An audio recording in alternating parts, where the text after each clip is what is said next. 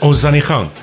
Prop is by my in die ateljee, as mense so kan noem, is eintlik my kroeg. Lekker, dis hoe dit moet wees.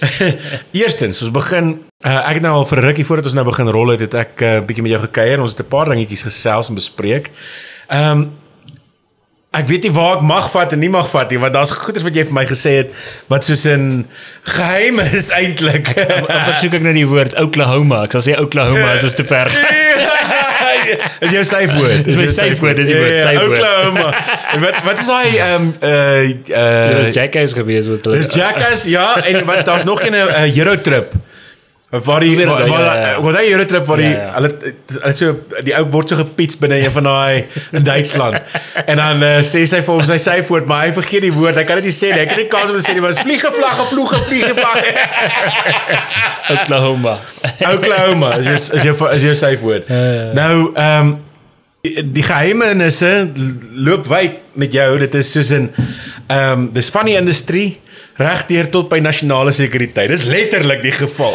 Ja. Maar kom ons begin eers by die begin, hoe mense uitkom by sulke dinge. Die jonger jare. Dit is nie te erg. Maar kom ons doen dit. Kom ons begin by die begin. Kom ons begin by die heel begin. Ja. Waar is ek gebore? Waar is jy gebore? Nog voor ek die glinster in my pa se oog was. In elk geval, ek Witbank, jy daar wil gaan ons daartoe. Witbank. Ek het in Witbank groot geword. Soos ek nou vir jou gesê het, af van die dag was ek besig om eintlik al die afgelope 5 jaar, maar die afgelope 4-5 maande meer intensief. En is moeilik om dit te doen om jou storie te boek te staan, maar ek dink dis tyd. Ek weet nie wanneer die boek gaan uitkom nie, ek gaan nie druk op myself sit nie, maar waar ek by wil uitkom is ek skryf my hele storie so, en hoe meer ek dit skryf, hoe meer besef ek, ja, elke ou het eintlik maar 'n storie om te vertel, en my deed wat ek net wil doen is my storie vertel, because maybe it can mean something for one person. Ja. Gaan dan lekker my Engels mix, maar om vorentoe en agter te skryf, ek het in Witbank groot geword, moer se familie, ek weet nie of ek dit eers op vertel het, dis by my, in die boek, gaan ek agterkom, want die boek is vir my soos 'n sielkundige reis van my eie lewe, ek wil nie baie oor myself praat nie, want dit is waar dit gaan nie, maar ek probeer iets skryf en iets wat meaning het, en toe kom ek agter, hoe meer ek oor my lewe skryf, hoe meer begin dinge vir myself sin te maak op my ouerdag, soos byvoorbeeld, ek het groot geword in 'n familie van 5 boeties, hulle die big 5, is allemaal groter kerels as jy nog, sulke lang man, en my pa is die kleinste van hulle, en my pa is omtrent jou size, en hulle het die big 5 in Witbank genoem, een het 'n slaghuis gehad, die ander en my pa is 'n onderwyser, een het vir Eskom gewerk, maar in elk geval, waar ek by uitkom is, ons het elke tweede naweek, of ten minste elke 2 keer 'n maand, het ons gebraai by een van die familie, soos mense, oral mense, en dis waar my behoefte vandaan kom. My vrou met wie ek getroud is heeltemal anders. Semi-introvert, kom en sê, nie introvert nie, kleiner gesin. Hulle is net 2 kinders en hulle families het ver gebly, so hulle het nooit daai sosiale gehad nie. So die boek wat ek nou wil skryf, waar ek wil by uitkom, is dat in hierdie week het ek daai epitome, ek weet nie wat noem is in Afrikaans nie, maar daai gewaarwording gehad, dat eintlik my behoefte daaraan om mense te entertain, is gekoppel daaraan dat ek love dit as mense by mekaar is en ons vreugde. Dus kom ek op 'n stage want ek is nou by my gesin, en ek het lank vir Robbie opgetree, so later daaroor praat, maar 10 jaar na skool het ek met Robbie opgetree, en ek kon dit uitleef, en toe gaan swat ek, en ek meer bietjie in die, nie sekulêre, meer in die professionele wêreld, waar ek nou nie so baie by partytjies betrokke is, en baie mense nie. En ek kom nou agter hierdie week toe ek daai boek skryf, ek wil oor naweek 'n show, en dit is my lekker om te sien as mense hulle self geniet. So ja, ek Witbank groot geword, groot familie, baie elke tweede naweek braai, op en af, obviously baie drank en daai tipe goeie, dis ander stories wat ek in die boek raak, maar nie te diep nie, want dit gaan vir my meer oor die hoe my geskiedenis my gevorm het as mens. So dis een ding wat ek net kon gelink het aan wie ek is vandag. Al is ek 'n baie, ek sal nie sê akademies nie, maar filosofiese ou, ek het maar gaan swat en daai tipe goed, ons sal daaroor praat, maar ek geniet mense vir 'n rede. En ek kort dit, en so, ek dink, met die boek is my punt, dat as iemand het lees, en kan hy heeltyd in sy eie lewe ook gaan, maar hoekom is ek soos ek is? Hoekom is ek die tipe ou wat elke liewe Vrydag aan wil 'n biertjie drink? Dis nie 'n probleem noodwendig, hoekom is ek die tipe ou wat elke liewe Woensdag wil braai? My familie het gebraai, verstaan jy? Daai tipe dinge in jou lewe moet jy begin agterkom, waar daar gemis is, en ek dink waar daar dinge is, wat jy vir 'n rede doen, en jy hoef nie vir jouself kwaad te wees daaroor nie, moet jouself aanvaar wat jy is. Want dis ek probeer so sielkundig of betekenisvolle dinge te skryf. Is dit 'n tipe van terapie op 'n manier? Heavy. Ja, en toe ek in Witbank het ek groot geword, die familie. Ek was vir 3 jaar, en mense weet dit. Okay, kom ons gaan vat hom terug so toe. Ek is gebore met cedroachondroplasie. Dis semi-dwergisme, ek het net so 'n bietjie daaroor gepraat. Ja. Dis 'n skeletale dysplasia, in Engels met skeletal dysplasia. Wat sê dat jy's kom ons sê 50% dwergisme, maar ook nie. So jy kan sien my endledemate, ons het al daaroor gepraat. Ja. Groei nie. Ja. Maar waar ek wil by uitkom as gevolg daarvan het ek baie operasies gehad. Dit is ook nie die rede hoekom ek so baie letsels het nie, want dit het ons eers op die ouderdom van 3 agtergekom. Maar op die ouderdom van 7 maande babatjie het ek septisemie gehad. Dis 'n breinvliesontsteking wat my dit is absoluut infeksie, jou hele bakterie wat jou hele lyf wil gaan.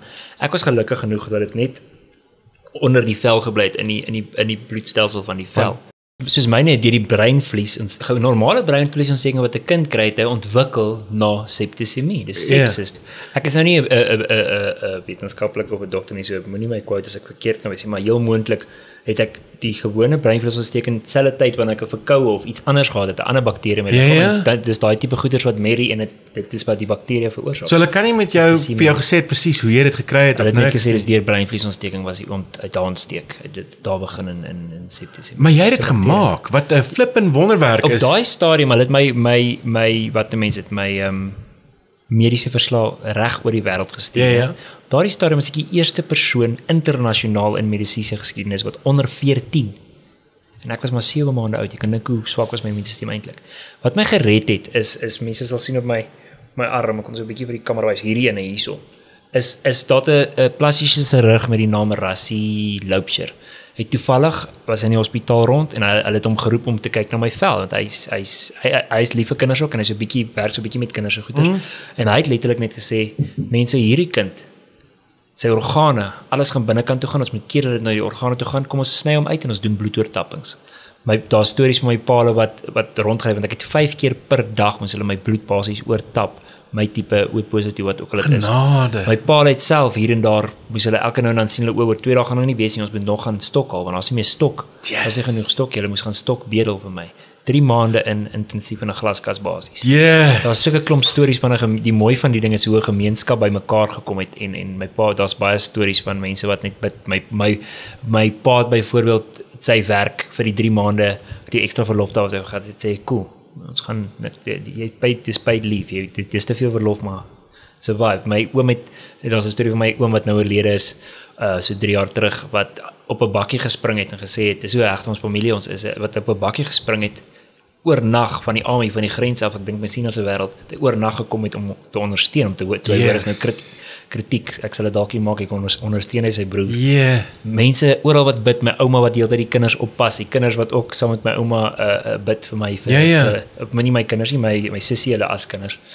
En my ouma wat het ingespring het en die hele gemeenskap wat basies my ma hulle gedra het aan die tyd want jy kan dink dit is 7 maande ou babatjie wat jy bly in Witbank. Daai tyd was dit baie anders. Jy bly in Witbank, jou babatjie is vir 3 maande lank in Pretoria. Dis basies jy as ouer moet permanent daar wees. My ma kon my byvoorbeeld nie om grous te wees nie, maar ek was so geïnfekteer, het was swart. Dit het eers rooi geraak, toe raak dit swart, robe. Al hierdie goed. Jy kan dink as ek 'n babatjie is, jou arms is baie kleiner. So dit baie erger gelyk. Ek sal sê skat 40 tot 30% van my liggaam was fisiese swart kors robe wat nou moes robe raak, toe daai robe afval, toe maak hulle ons met soos 'n brand. En my ma het my basies op 'n kussing vasgehou. Toe hulle kon eers 2-3 weke nadat ek dink net die laaste maand kon hulle my vasgehou het. Verder moes hulle my daar gesien het. It's genuine 'n groot wonderwerk wat gebeur het daai jare. En prys die Here, dis al wat ek sê. Dit is if you don't believe in miracles then Ek dink dit aan die trauma wat 'n ouer deurgaan as so iets gebeur want hierdie is die mees kosbaarste mens op die planeet vir jou. En so iets gebeur. My ma het ek dink dit is my ma baie sterk vrou gemaak. My sussie self het ook deur 'n trauma gegaan waar haar man in 'n vliegongeluk met 'n microlight was en ek kon in daai tyd sien hoe ek sê dit verander mense nie, maar mense verander in daai tydperk wat hulle net so sterk is en so kompos mentos is en weet net waar om te vat en waar om te los en die Here gee vir jou die krag om sulke goeders te doen en op vir daai 3 maande my ma vertel baie stories van wat alles gebeur het in daai 3 maande, maar ek dink ook daai 3 maande gaan so gou verby omdat jy 'n heightened sense of awareness is. Ja, so later 'n bietjie dieper oor die sielkunde en goeders praat, en dis later in my lewe. So om my storie verder te vat, ek het toe die sepsis verby en goeders. Interessante feit, en my ma sê altyd, ek skryf dit ook in die boek, dat ek regs gebore is. Ek het altyd as 'n klein was sou ek regs en ek sal koppie regs optel, maar nou is ek links, want obviously het ek nie vingers aan die hand nie, so ek is gedwing. So ek wil jou liggaam met 'n aanpassing gemaak. My liggaam met 'n aanpassing gemaak. Hulle sê maar super slim mense kan bietjie met albei kante van die brein dink. Dis kreatief en prakties. Ons gaan nou nie in daai sielkunde en praktiese goed in die boek of vanaand ingaan nie, maar ek wil glo dat dit het my 'n argitek gemaak of 'n kunstenaar wat ek kan prakties wees en ek's bietjie business driven, maar ek wil nie ingenieurswese of kuns gaan swat het nie, want kuns is my te blasé en ingenieurswese is my te prakties en logies en never mind 'n boekhou, dit sal my heeltemal te veel wees. En jy praat nou van die regterbrein en linkerbrein. Ja, ek dink ek het dit geoor kruis op 'n stadium, want ek het nooit gedwonge. Jy kan nou dink as jy jou vingers basies af, hierdie vingertjies het letterlik, hulle was poffertjies wat pap swart is, die dokters moes dit amputeer. Daai twee se punte en hierdie een. En met die gevolg is my brein moes toe nou leer om oor te gaan. So ek wil glo en ek glo in hierdie wêreld wat jy glo, wat jy dink, it will be, it is. En ek dink, ek is meer kreatief, omdat ek nou moes leer om te dink, maar ek het toch die praktiese kant. Partykeer gaan die lauwe linkerbrein kant bietjie, of kom ons sê die regterbrein, wat die links beheer, maar ek wil nie te prakties oor dit raak nie. Maar ek bietjie laf en maar dit is interessant dat jy dit noem, dat jy glo dat wat jy dink het 'n impak op die wêreld, of het 'n effek op die wêreld, is ek wonder of dit nie 'n ding is, ek is geneig om dinge nogal terug te trek na geloof toe. Ek is dit nie 'n tipe van 'n wat is die regte woord? Manifest nie, ek amper nog as manifesteer, maar dit is by my so half. Maar mens kan dit half manifestering noem, maar laat jy, as jy net bloot deur te werk en te doen en iets te vorm en te skep, is jy besig om die omgewing rondom jou bewus te maak van daai skepping. As jy 'n boom gaan sny en jy gaan saag blokke uit hom uit en jy maak soos 'n meubels uit daai hout uit. Weet, van begin tot einde, daar's 'n interaksie met die omgewing om jou. Al praat jy met niemand nie, daar's 'n interaksie met die omgewing wat plaasvind wat 'n rippel uitstuur. Ek dink jou kop set homself op om dit te trek na 'n praktiese ding toe wat ek telke male in my lewe vind. Ek probeer in 'n praktiese ding, maar ek dink dit gaan oor dat jy jouself in 'n rigting druk dat jy oop is vir die moontlikhede in daai rigting. Dis byvoorbeeld sê nou maar ek gaan swat nie argitektuur nie, gaan ek nie oop wees vir die moontlikhede dat ek dalk 'n oom en 'n tannie of iemand se huis kan renovate vir hulle wat ek ken nie. Niemand gaan nie daai vrae vra nie. As jy net begin as 'n argitek en sê ek wil eendag 'n argitek word, ek probeer dit regtig prakties maak oor hoe ek daaroor dink. Soos as ek sê ek wil 'n argitek word en ek begin elke dag daagliks teken en teken en teken, dan gaan iemand my sien teken en sê hoekom teken jy? O, jy wil 'n argitek word. 3 jaar later onthou iemand, o, daai ouetjie het in sy boek geteken. Is hy nou al 'n argitek? Kan hy wel help? Dan bel hulle. Maar nie net dit nie, jouself in jou brein, omdat jy meer besig is met daai goeters, is jy meer oop en jy hoor gesprekke. Dis soos daai ding van as jy nou 'n kar, as jy nou 'n, kom ons noem 'n eenvoudige kar, 'n Uno nou koop as 'n jong man, dan sien jy 100 Uno's. Dan sien jy die hele tyd Uno's. So jy manifest daai by vir jou betekenisvol wees. Ek dink mens kan dit verseker terugtrek na geloof toe ook, maar ek voel dat net so manifest jy dit as jy 'n gelowige is en jy praat meer daaroor, gaan mense jou so sien en so gaan meer mense daaroor praat. As jy 'n sielkundige is of hou van filosofie, ek en jy, dis 'n raakpunt wat ons het, wat ons hou daarvan om saam oor filosofie en sielkunde en goeders te praat. So ek wil nie te diep in dit raak nie, maar ek glo in manifestation. Ek glo dat mens moet doelbewus lewe sodat jy meer doelgerig, of kom ons sê doelgerig lewe sodat jy meer doelbewus kan lewe. As ons nou 'n bietjie wysheid nou uitbrei. Ja, absoluut. Maar ek weet, as jy nou praat van daai gevoel van 'n impak op jou omgewing, is wanneer dit omdraai en 'n omgewing het 'n impak op jou.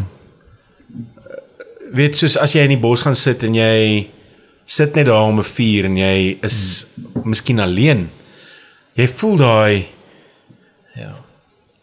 ek weet nie, daar's net hierdie daar's iets in die lug. Ek dink waar ek by terugkom is dat hoe ek is en hoe ek my paadjie gestap het en in die groot familie.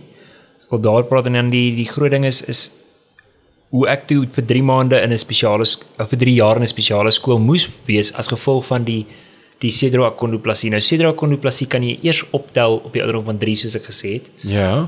Omdat jou liggaam weet nie of hy lank of kort is nie en op daai stadium groei jy nog nie so vinnig sporadies in lengte nie. En toe het ek graad 2, einde graad 2 toe het ek meer op skool toe gegaan vir 3 maande. En weer eens skryf ek in die boek oor hoe daai my gevorm het. Probeer ek in die boek te boekstaaf hoe dit mense vorm en hoe ek het eintlik daar vir die eerste keer besef daar is mense soos ek. En ek dink sielkundig was dit vir my so nodig op daai stadium om te weet daar is mense wat ook 'n aangepaste leefstyl leef. Toe ek staan met 4 terug Kragbond toe. Teen daai tyd was al my boeties en sissies op hoërskool al, so het my vreemd toe ek alleen in Witbank in Kragbron nadat ek in Merel was by Hartbeespoortdam. Meer op skool vir mense met 'n aangepaste leefstyl. En toe is ek hoërskool toe. My hele hoërskool waar ons ek hoërskool Witbank tegnies gewees. Maar teen daai tyd was ek al so, dis vir my baie vreemd om te sê, maar ek kan nooit voel dat ek gespot was enigsins op skool of op sulke dinge. So vir my praat ek altyd so blasé oor dat mense dink ek probeer dit afjak, maar ek het nooit gevoel ek is gespot niks nie. En ek dink ek kan dit direk koppel aan hoe groot familie ons weer eens was. Want my neefie en sussie het my al gespot, hulle het my allerlei dinge al genoem en goeie, so dit was vir my vanaf my hele laerskool en hoërskoolbaan. Jy kan serieus nie my getouch het met een of ander iets wat jy randomly vir my sê nie. Terwyl tyd ek staan het 6-7 was het ek regtig nie gewaarig oor wat jy vir my dink. Ek was bulletproof emotionally. En ek dink dit het regtig was dit is 'n en dis familie wat jy sterk gemaak het. Familie en baie mense. Ek dink baie dinge in hierdie lewe.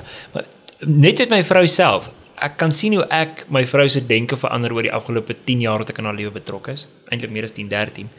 Sy het my geswat as later daaroor praat hoe ons ontmoet het dalk, maar ek kan nie my hele boek se storie vertel nie, maar ek kan sien dat die manier hoe ek aanslag het en sy en dis maar hoe verhoudingswisselwerking moet werk, dat dis moeilik as jy alleen is en eensaam in die wêreld. Is daar dinge wat jy nie gaan raak sien sosiaal nie. Jy kan soveel boeke lees as wat jy wil, jy kan soveel dinge doen as jy wil, maar mense is belangrik om sekere aspekte van die lewe makliker te maak, as ek so kan sê. So ja, dis ek hoërskool toe en daar het ek begin met die gitaar speel. Weereens ek het baie operasies gehad. Dis hoekom ek na Merel skool toe was om terug te kom. Elke 2-3 maande moes die dokters my nou fisies. My ma sê altyd hulle het my soos 'n stryk reguit gebuig. Moes hulle of 'n beentjie stop of 'n beentjie probeer rek of net 'n armpie in posisie sit dat hy reg groei selfs as 'n bonsai boompie. So letterlik operasies een keer was jy die hele tyd dan met ander woorde in spalke of stitte en in totaal was dit 19 operasies en partykeer was daai kom ons sê 19 adjustments tot by ouderdom van 16, 17. Kom ons sê 16 en een keer die ergste een was wat ek my 2 knieë en 'n arm. So ek het 'n gipsbeen gehad, eiframe, ek het gelyk as in die ou in die movies wat in 'n moerse kar ongeluk was. Eiframe het ek gesit. En dis na daai slag wat gebeur het, is ek het in graad 2 het ek daai operasie moes ek ondergaan. Want die dokters gesien is baie nodig voor ek dis keep trek in my bene. En as gevolg van dit het ek langer as 3 maande, nou hulle sê 6 weke vat dit vir jou spiere om te deteriorate, dan is jou spiermassa nie meer wat dit is nie. En ek het vir 2 of 3 maande wat ek te min beweeg het in my bene as gevolg van die 6 weke in gips, dan recover, my ma is besig, groot gesin van 4 mense, al die dinge wat gebeur, ek het net nie, hulle het nie agtergekom dat ek nie genoeg loop nie, die dokters het probeer, maar, en is ook maar sielkundige game, ek het net nie genoeg geloop nie, en toe moes ek daai spiermassa weer opbou, jy kan dink al 2 bene, dis ook ek en toe sê ek was maar 'n goeie ding, so ek het eers na so, die operasie was ek glo September se kant, in my einde van graad 2, en ek het eers weer oor na 'n jaar, eintlik weer volle funksie gehad, dat ek weer kon loop, dokters het gesê, ek sal nie weer kan loop nie, Blikkie, maar ons het my ma het so 'n bietjie opgelees en goeters, en dit kon maklik gebeur, dat jy nie weer kan loop in so 'n situasie nie, maar ons het net gesê, nee, weet jy wat, dit is nie vir ons beskoor nie, ons gaan na die skool en ons gee ons bes en ons try weer, so in die boek wil ek ook graag vertel oor die oorwinninge wat ek gehad het as kind, om met krikkietjies te loop, en die juffrou gaan wys vir die klas hoe die kind vir die eerste keer in 'n jaar weer loop, dis diep emosionele goeters wat ek respekvol en op die regte manier wil deel met mense, wat ek dink baie belangrik is. So ja, en toe ek hoërskool toe, na die 3 jaar en al die operasies en goeters, en daar het ek begin gitaar, weer eens as ek 2 maande in 'n rolstoel, Soos net een been en ek het my hande vry gehad. Toe kom die einste swaar wat in 'n microlight ongeluk was. Toe kom hy met sy gitaar aan en vry na my sussie. En toe was nog nie swaar daai. Nog 'n interessante storie. My ma het my eers leer in standaard 4. Het my ma my leer in standaard 5. My ma my middelstandaard 5. My ma my leer gitaar speel. Klassiek moet jy mos nou 'n G druk met 'n pinkie ook, ja. En dan moet jy 'n F druk met hierdie 4 vingers en die pinkie moet heel bo kom by die F en jy moet om daai rede omdat die pinkie naby is, moet jy die C ook so druk. So toe omdat my ma classically getrain is, sê sy, "No way, jy kan nie gitaar speel nie." En toe 'n jaar later, ek dink 'n jaar en 'n half dalk later staan het 6 kom my neefie daar, ag die swaar daaraan. Ons kom my swaar daaraan en hy sê vir my maar Blink-182 is 2 snare en ding so jy kan verseker hierdie speel. So leer ek myself daai dingetjies van Nirvana en van Blink-182 en Blink-182 Offspring, ek leer al daai goedjies en so het ek toe geleer hoe mens kan actually 'n chord jip, jy hoef nie soos die klassieke meesters presies so eties reg te speel. So dis wat ek vir mense wil sê is there is so many ways to kill a cat. Net nog 'n ander voorbeeld wat ek ook vir mense altyd graag deel is dat ek het my hele lewe lank was ek skaam want ek dra opgeboude skoene. Nou kan jy dink, dis nie dat ek skaam was hier, dit is blerry duur vir my male ook. En ek het gedink ek het 'n 2 centimeter verskil tussen my 2 bene. Nou moet ek opgeboude skoene dra. Toe ek hoërskool slaan, toe sê ek nee, dis net 2 centimeter. Kom ek sit eerder die sponsie binne in die skoen. Soos 'n kreatiewe ding, ek sit die sponsie binne in my skoen. En dit het my ma nie meer geld gekos om die skoen op te bou nie. Ons hoef nie die moeite te doen om spesifieke skoene te soek wat jy kan opbou nie. Verstaan, so dis tydens my jeugjare, toe kon ek myself red daar. Wel, later van jare, toe ek nou 25 was, ek spring op en af, toe kom ons agter, maar hierdie differential ratio van my is nou al, die een been is nou al 5.5 mm langer. Ek het vir 10 jaar so geloop en begin rugbeserings kry. As ek byvoorbeeld getrek het, kom ek agter my rug is in sy piekie in. Sure. Praat lekker baie oor myself vandag, maar anyway. Toe kom ek agter my rug is in sy piekie in. Maar dis daai balans. Dis daai balans. Maar nou is ek oud, ek worry nie wie wat van my dink nie. Bou daai skoen op 10 cm as jy wil. Want dis nou my tekkies moet regloop, verstaan jy? Maar daai tipe kreatiewe denke wil ek hê dat mense met wat 'n maak nie saak enige ou sê nou maar jy's te kort, sit 'n trappie daar. As jy te groot is, sit vir jou 'n sterker stoel daar. Dit is jy moet jou eie lewe aanpas en lekker maak vir jouself. Wees kreatief daar rondom. Moenie laat iemand ooit vir jou sê dit moet so nie. Want ek het regtig waar as 'n tiener het ek daar teengeskop. Hoekom moet ek 'n opgeboude skoen dra? Maar weet jy hoe lank vat dit 'n mens? Ja, maar weet jy hoe lank vat dit 'n mens om emosioneel volwasse genoeg te word om nie oor ander mense se goeders wat hulle lewe makliker maak jouself te bemoei nie. Soos een van die akteurs waarmee ek saamwerk elke dan en wan, ek het 'n rugprobleem. Ek van kindsbeen af. So ek het baie simpatie vir mense met rugprobleme, maar hy is nie ooglopend dat mense weet hy het 'n rugprobleem nie. So jy moet eers vir 'n paar keer saam met hom werk en kom jy agter hy doen dinge 'n bietjie anders, soos hy sal nie sit nie. Hy lê op die stel sal hy eerder lê of hy sal rol en sulke goeders. Weet met 'n rol onder sy rug om daai spiere en goeders te bewerk en so. So dis erg, dis konstante bewustheid van 'n probleem wat jy het. En die wêreld is nie bewus daarvan nie. Die breë wêreld is nie bewus daarvan nie. Maar jy moet nie skaam wees om te gaan lê as jy eerder lê of wat vir my ek staan eerder. Wat vir my amazing is dat hy die vrymoedigheid het om daai toerusting te bring wat hy nodig het om sy rug te versorg en dat almal op die stel geen nie om oor dit nie. Want ons almal het 'n ding wat ons flip en iewers is daar en die wêreld gaan aan. Byvoorbeeld ek weet nie kom dinge kan nie, maar dit is relevant.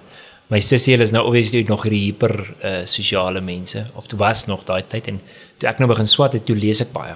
So ek nou telke male besluit ek is sosiaal uitgeput, maar ek is nog lus vir geselskap.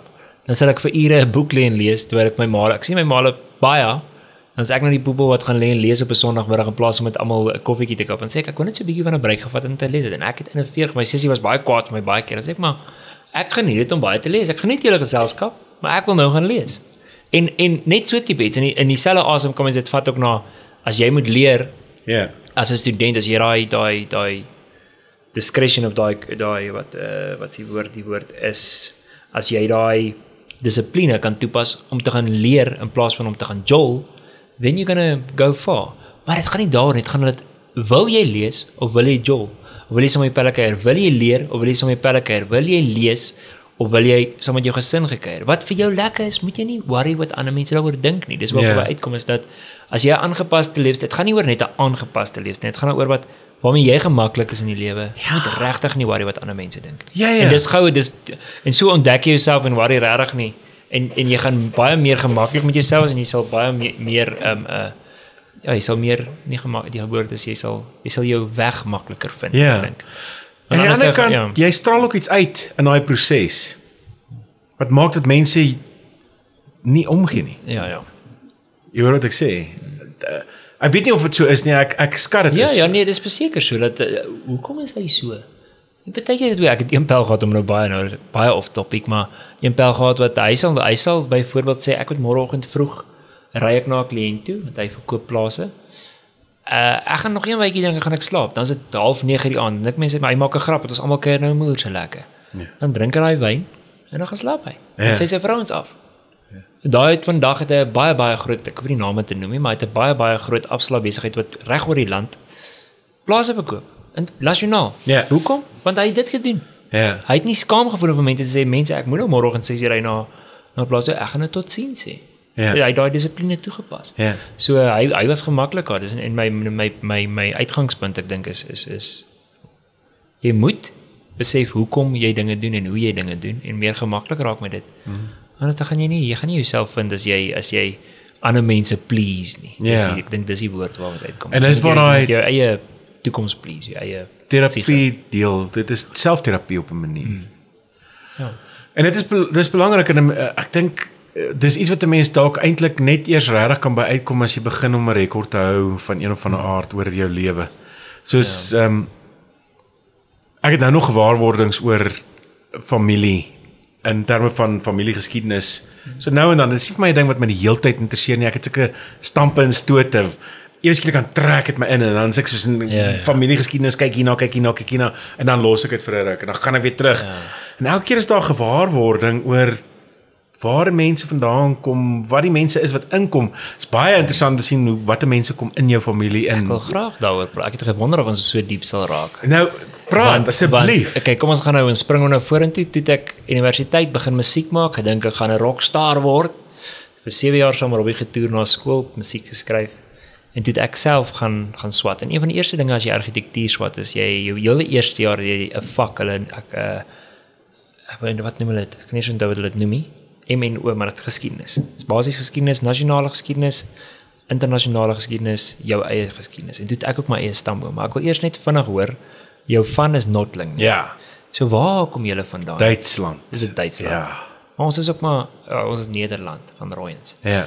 En ek wil nie te diep daaroor raak nie, maar dis 'n feit wat almal in die gesig moet staar is, want toe ek nog gaan swat het, en dis nou een van die dinge, ek het in 'n stoere, gereformeerde kerk groot geword. En daar het ek baie dinge geleer oor die lewe en Christendom.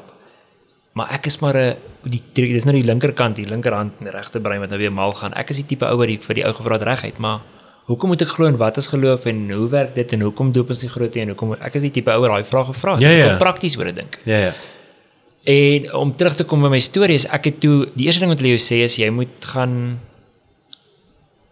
jou familiegeskiedenis. En buite jou familiegeskiedenis gee hulle vir jou baie filosofiese boeke wat jou laat dink oor die lewe en die samelewing. So die psigiese change wat ek gedoen het op die ouderdom van 27 is maar eintlik so hartseer dat jonger mense net na skool gaan swat en hulle is nie oop vir daai tipe change in jou psyche nie. Natuurlik doen hulle dit ook, maar ek bedoel jy maar net spinners bykers soos die boeke sal sê. So vir die woord as jy jonk is. Jy gaan nie so ek was 'n spons vir inligting. Dit was my eintlik crazy. Voordat het ek net Daleen Matthee, Dion Meyer, F.A. Venter daai tipe boeke gelees, maar op universiteit, my hele eerste jaar was ek soos 'n klooster gewees en ek het net gestudeer. Ek het gevoel soos een van hierdie monnike wat boeke bestudeer het. Dit was crazy. Ek was verslaaf, ek het 'n boekprobleem gehad. Ja. Nie dat okay, kom ons sê dit so, ek gaan later die ander ding sê.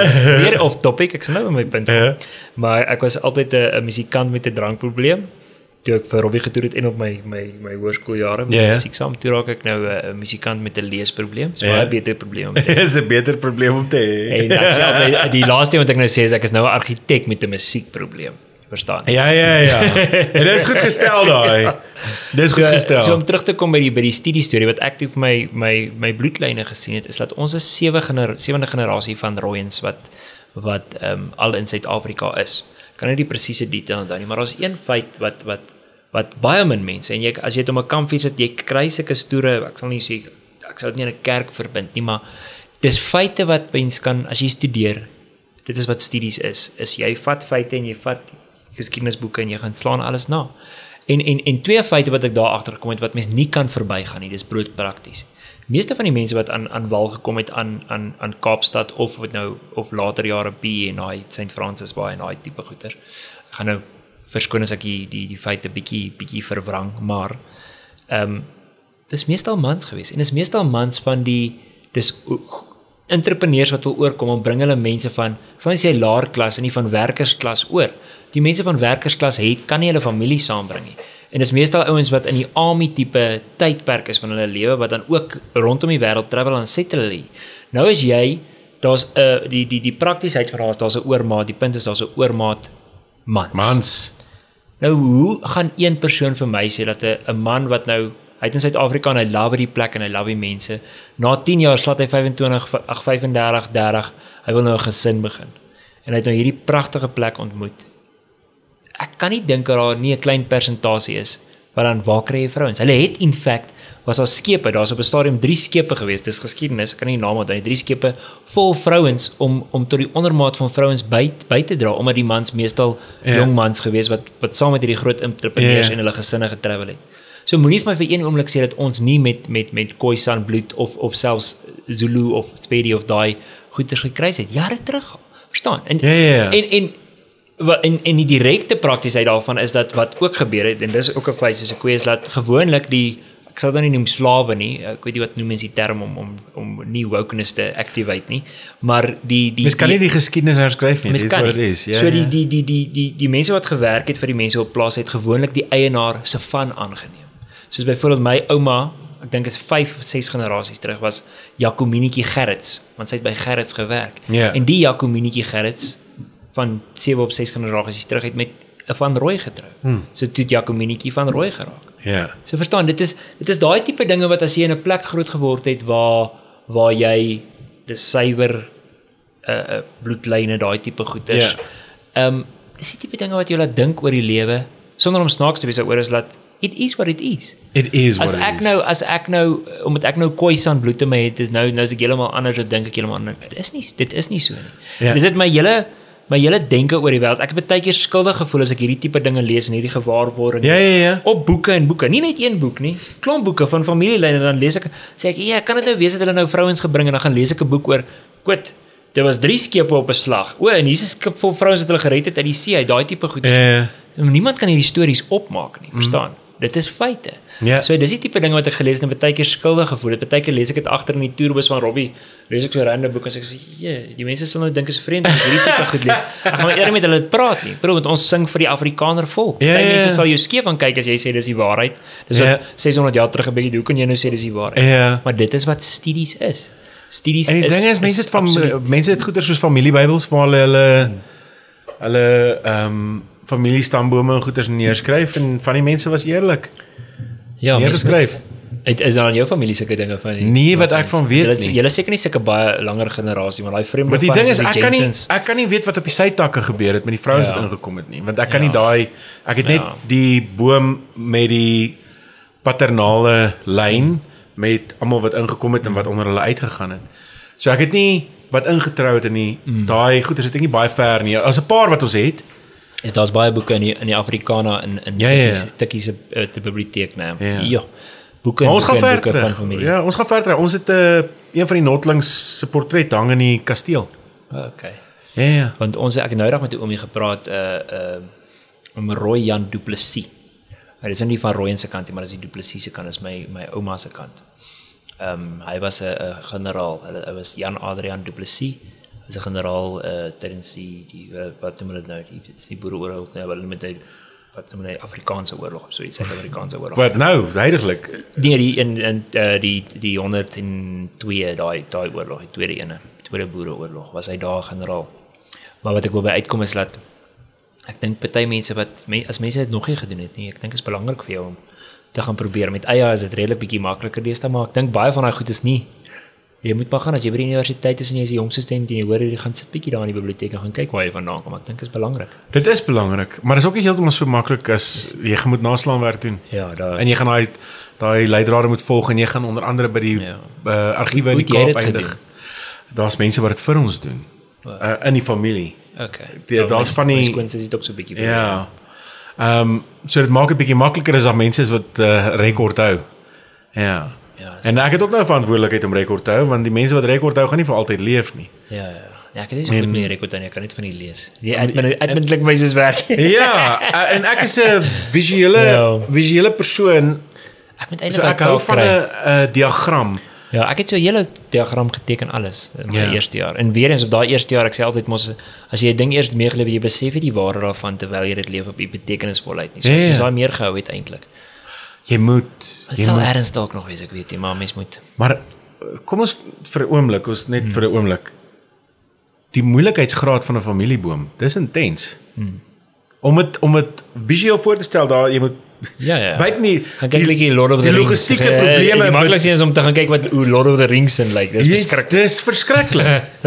en as jy dit op papier wil doen, moet jy 'n groot papier kry, want jy as jy wil hê die takke mooi wys, jy gaan 'n baie groot papier. Ek kan hom 7 generasies teruggetrek het. So 2 die ou wat aan wal geland het, die eerste ene. Ja. 7 op die 8de, so ek was onseker op die 7 op die 8de, maar die links was redelik duidelik. Renier kan ook onthou, Renier van Rooyen is baie prominent in die bloedlyn gewees. Maar ja, dit is, ek dink is belangrik vir die punt is belangrik vir mense om te weet waar hulle vandaan kom. En om my storie weer eens om het vorentoe te dryf, die gesprek is dat dis waar ek was op die ouderdom van 27, gaan argitektuur swat nadat ek probeer 'n sukses maak uit musiek uit, en toe besef het maar, weet wat, jy het op hierdie ouderdom begin my pel al lenings vir huise aan te maak, en van hulle het al 1 of 2 kinders, en sit ek, musikant, met 'n bietjie van 'n drankprobleem, maar as almal het maar in ons jeug 'n drankprobleem gehad, want dis die lewe. Ek het 'n blok weg van Hatfield Square af gebly op my universiteit. Ek het 2-3 kommunes gebly so naby. Wat is hier daai stories gaan? Ek wil maar net sê ek het nie 'n bestuursprobleem gehad nie, maar ek het wel gekuier aan 'n bar. Dis moet. En wat ek wil bykom is die feit dat ek geswat het eers op die ouderdom van 27, en ek het gesien is my vreemd persoonlikhede, en dit is as ek nou eendag 'n meesterstudie sal doen oor argitektuur, wil ek dit moet meer 'n HR ding wees, want dit is by die antropologie of die ontwikkeling van die mens na universiteit. Ek weet nie waar so baie studies daaroor is nie. Ek volg baie nou vir Jordan Peterson en the likes in daai kringe. Maar ek dink is my baie interessant dat baie mense op 'n stage of readiness is wat hulle weet wat hulle vir die res van hulle lewe wil doen op die ouderdom van 18 of 19, maar ek dink persoonlik dat dit is 'n 10 of 15%. Maar eendag wil ek 'n studie doen oor hoe ready mense is om vir 'n besluit te neem vir die res van hulle lewe op die ouderdom tussen, kom ons sê, 18 tot 22. Want ek dink niemand het actually 'n clue nie. En daai 10% aanvaar maar net hulle lot. Toevallig is dit wat vir hulle werk. Hulle is net lak dat jy besluit, soos ek het 'n girlfriend op matriek gehad wat besluit sy wil 'n boekhouer word. Sy is nou al 'n boekhouer vanaf sy uit die skool het. Sy het 3 jaar gaan swat en sy is net 'n boekhouer. Sy wil net naweke by haar familie wees by die huis en hulle kinders sport, sy wil nie iets anders doen nie. But that's not for me. Bro, ek gaan nie enigiets byvoeg daarbey nie, want jy slaan die spyker op die kop. In my opinie. Wat jy nou gesê het is die mees perfekte opsomming van daai situasie wat ek nog in my lewe gehoor het. So want ek is nou al 38, ek word nou 39 hierdie jaar, en selfs ek het nie 'n clue wat ek nog die res van my lewe wil doen nie. Wil ek nou die res van my lewe argitektuurwerk doen? Ek weet ek wil musiek doen, want ek weet ek kan goed doen daarin. Maar ek wil dalk ook 'n lecturer word, eerder as om fisiese argitektuurwerk te word. Ek discover die lewe. En as mens regtig waar kom ons sê hedendaags met dit wil word, kom ons sê in die trend volg van wat dit is tydens my meesterstudies in 2019 al, voordat al hierdie eie goedjies wat ek in diepte gestudeer, want ek het 'n universiteit geontwikkel vir vakmanne, maar met tegnologie. En daar het ek bevind dat elke 5 jaar, dis 'n feit soos 'n koei, elke 5 jaar, kom ons sê, ek kan nou nie sê statistieke is, maar 80% van statistiek is op die spot opgemaak, maar dit is 'n groot percentage, kom ons sê meer as 50, daar maak ek 'n statistiek op, wat elke 5 jaar van die werksmag internasionaal reinvent hulle careers in vandag se vinnig vorderende tegnologie. So hoe die hel kan jy vir my sê dat 'n ouetjie wat nou net uit skool uitkom, presies weet wat hy vir die res van sy lewe wil doen? You can't. En dit is waarom ons syllabus om het baie verder te vat. Jordan Peterson is actually baie, as jy sy goed volg baie nou, is hy baie op dit dat daar's nie 'n manier dat jy die mense in die industriële tersiêre opvoedingsmodel kan lei om 'n waardevolle toevoeging tot die samelewing te maak, want die industrie is baie specialization gerig. Specialization deesdae is wel, dis al reeds so, dit baie dinge wys dit. Specialization is nie ek is 'n mechanic van 'n trok nie. En dit kan enige ou nou word deur 'n studie. Maar wat specialization deesdae beteken, ek is 'n mechanic van 'n trok en nou maak ons trokke op die maan wat tydens die vlug soontoe op die vierpylskip aan mekaar gesit word. Wat se tipe ou gaan jy kry om daai tipe goeie te doen? Wat moes daai ou alles in sy lewe al gedoen het sodat hy dit kan doen? Dat hy 'n astronaut kan wees, die trokke bou wat gaan werk op Mars. Verstaan jy daai? Dis daai tipe ding. Ek vat hom nou baie ver, maar dis vir my soos 'n daai tipe studie wil ek eendag aanpak om te kan sien of mens kan help. Ek dink informasie help en ja, dis as ek nou eendag 'n doktoraal doen. Sal ek dit. Maar niemand kan op universiteit leer om presies te doen wat hulle voor gehuur gaan word nie. Dit is ek dink daai skip het al gevlieg in die 80, 90 se daai skip al gevlieg toe die hoofstroom industriële industrie begin platval as gevolg van maar wat die universiteit wel kan leer is hoe om te dink en hoe om inligting te kry.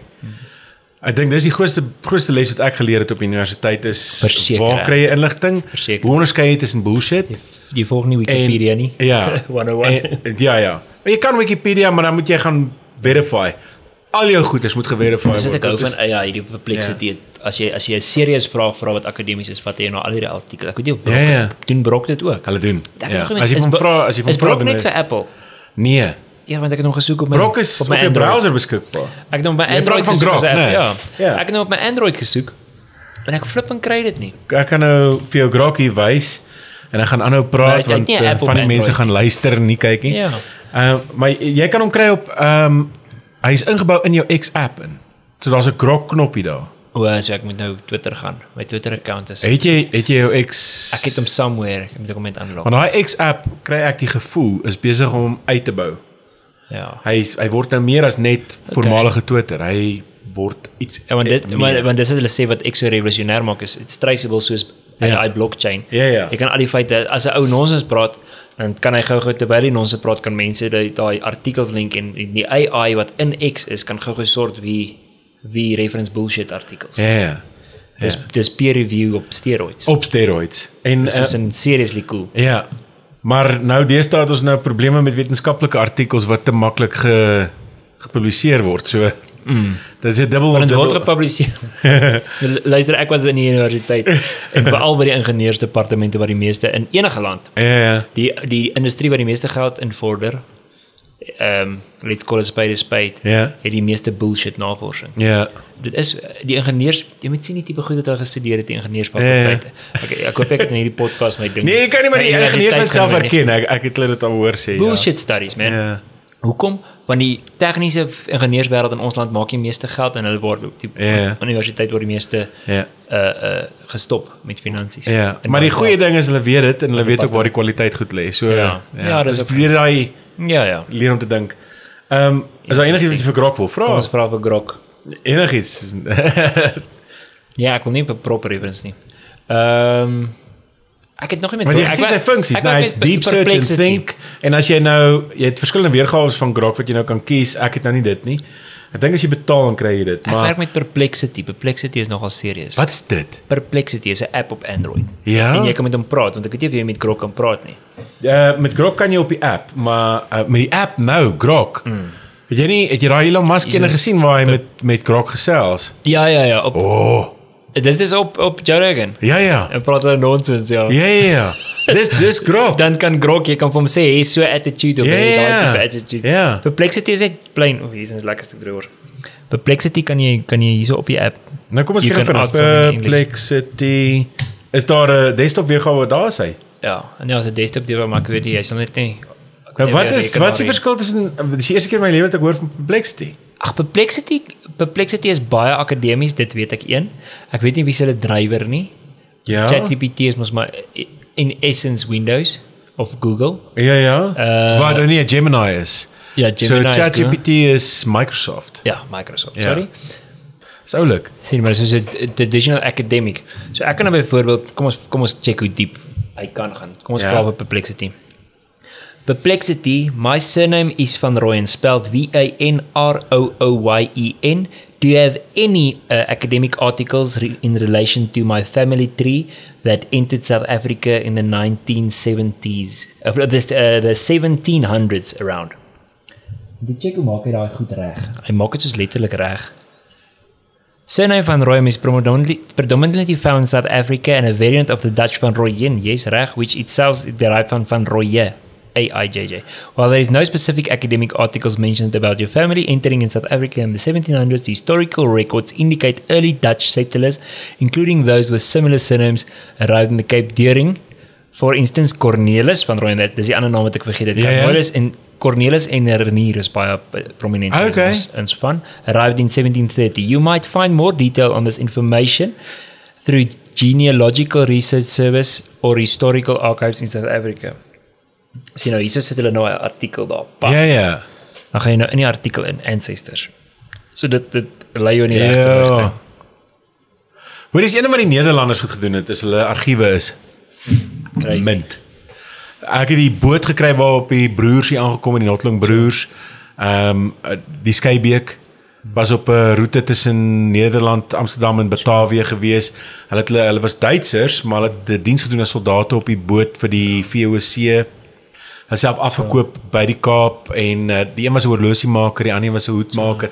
I records. Dis daar. Dis mind-blowing. Sure. Crazy. Want al die weird van hy het later ingekom, so by die, ek weet nie of jy geweet het presies wat se jare jy eerste ingekom het nie, of het al 54 ons was in, watter jaar het ons in hoeveel generasies terug, ja. Ja, ek weet nie om die generasies te bereken, maar ek het nog nie daai sommetjie gedoen, maar 1757. Ja, jy sien, dit was so 50 jaar na die groter ding, het hulle agtergekom, hulle kort spesifiek trades, soos die Jensens ook. Die Jensens was nie posmeesters, jy gaan nou weer sê, soos, die het nog gesê skoenemaker, horlosiemaker, het agtergekom, hulle kort daai spesifiek crafts en trades, en toe hulle mense van vreemde plekke, waar daai goed is en daai tipe goede, gevra om te kom. Soos die Jensens het ook baie redelik later ingekom, ek probeer onthou wat my vrou gesê het, wat oupa grootjie was. Maar hulle is net so 4-5 generasies al hierso. Dis interessant. Want daai spesifieke trade het begin kort kom. En dis waar die vreemde vanne inkom. En dis vreemde vanne wat daai soos 'n horlosiemaker, 'n Notling. Dit sou nie van Rooyen gewees het. Rooyen was 'n boer of 'n soldaat. Daai tipe goeie. Dis interessant om daai realities checks te doen. Maar jy's in argitektuur in. Ja, ons het nog nie in diepte daaroor gepraat. Ja. Nou, ek wil jou nie van stryk bring, wil jy nog in 'n rigting ingaan? Nee, ek wou daar's een ding wat ek wou al die skepe genoem het, wat ek dink belangrik is om om 'n reality check te doen. Het jy al boeke gelees en dis net omdat ek weet ek en jy hou van sulke tipe goed. Het jy al daar's 2 boeke, die eerste een is Adamastor. Het jy dit al gelees? Ek ken dit nie. Nee. Lees dit, man. Wat is dit? As jy dit nie kry, jy moet dit online kry. Ja. PDF Adamastor, dis 'n boek. Adamastor is dis daai dis die tipe boeke wat jy moet lees om regtig The Story of Adamastor. Ja. Dis die hulle noem dit mos die ek gaan ook nou vir jou my verstout of jok as ek vir jou sê. Adamastor. Maar dis 'n boek. Dis die gees van wind om die Weskus van die Kaap wat iemand 'n storie oor geskryf het. Wat? Dis 'n goeie Duits-Afrikaans. Ek sê seker wat Duits-Afrikaans is, maar dis die tipe goed wat jy moet lees as jy seriously in mythological characters. Ja. Dis 'n mythological character van Suid-Afrika geskiedenis. Dis nie die tipe ou wat in die see ingejaag het met die perd nie, wat sy naam die ou wat in die see ingejaag het met die perd en almal gered het, wat sy naam? Wolra Woltemare. Ja. Dis 'n soort gelyke myth. Maar hierdie gaan oor die wind, maar dis daai en ons nog 'n ander ene. Hierdie is die eerste keer dat ek dit teekom. Greek mythology, wat hulle het hom so help, daar's 'n boek wat geskryf is oor hoe hulle nou hierdie gees van wind. Net vir mense wat nou luister, as jy nie kan dit nou Google self nie, ek sal die skakel ook, dink ek, insit somme binne in die Dat ek sommer hierdie Maar is hierdie tipe goed wat ek gelees het saam met Griekse antieke mitologie, saam met geskiedenisboeke van Thomas Aquinas. Soos nog 'n ander ding, Thomas Aquinas. Is mos 'n skool. Wat van monnike afkomstig is. Maar Thomas Aquinas was eintlik hy was een van die heel eerste navorsers en akademikuste in die wêreld. En dit is hoekom sy naam so groot is. Is hierdie tipe goed dat jy dinge wat daar's nog 'n paar name wat ek boeke gelees het in my universiteitsjare wat jy net soos is, maar dis daai skool, Thomas Aquinas, hier's een of twee, daar's een in Witbank op. So dit kom van elders af. Nou verstaan ek wat dit is. Dis een van die eerste oue wat in monasteries research gedoen het. Hy het byvoorbeeld 'n studie oor beauty gedoen, wat ek nou nie hoef oor uit te brei nie, maar hy het soveel studies gedoen. Hy het mense gehelp om hierdie mooi glaskerke te bou en goeters. Die Bybel het ook 'n studie van mooi wees. Hooglied. Ja, hooglied. Maar is hierdie tipe goed wat baie keer as ek met Christene gekom en sê nee, moenie boekslim raak nie. Moenie boekslim wees, jy moet die Bybel ken. Sê maar yes, true. Maar moet ek nou die hele wêreld se geskiedenis deny omdat jy vir my sê ek mag nie boekslim wees nie. Ek wil wêreldwys wees. Sodat ek mense kan lei wanneer hulle van die pad af is en sê hoor hierdie storie is bog, moenie daar sê ek nee. Hier is waar dit gaan. Thomas Aquinas is 'n akademiese kerk. Akademiese skool.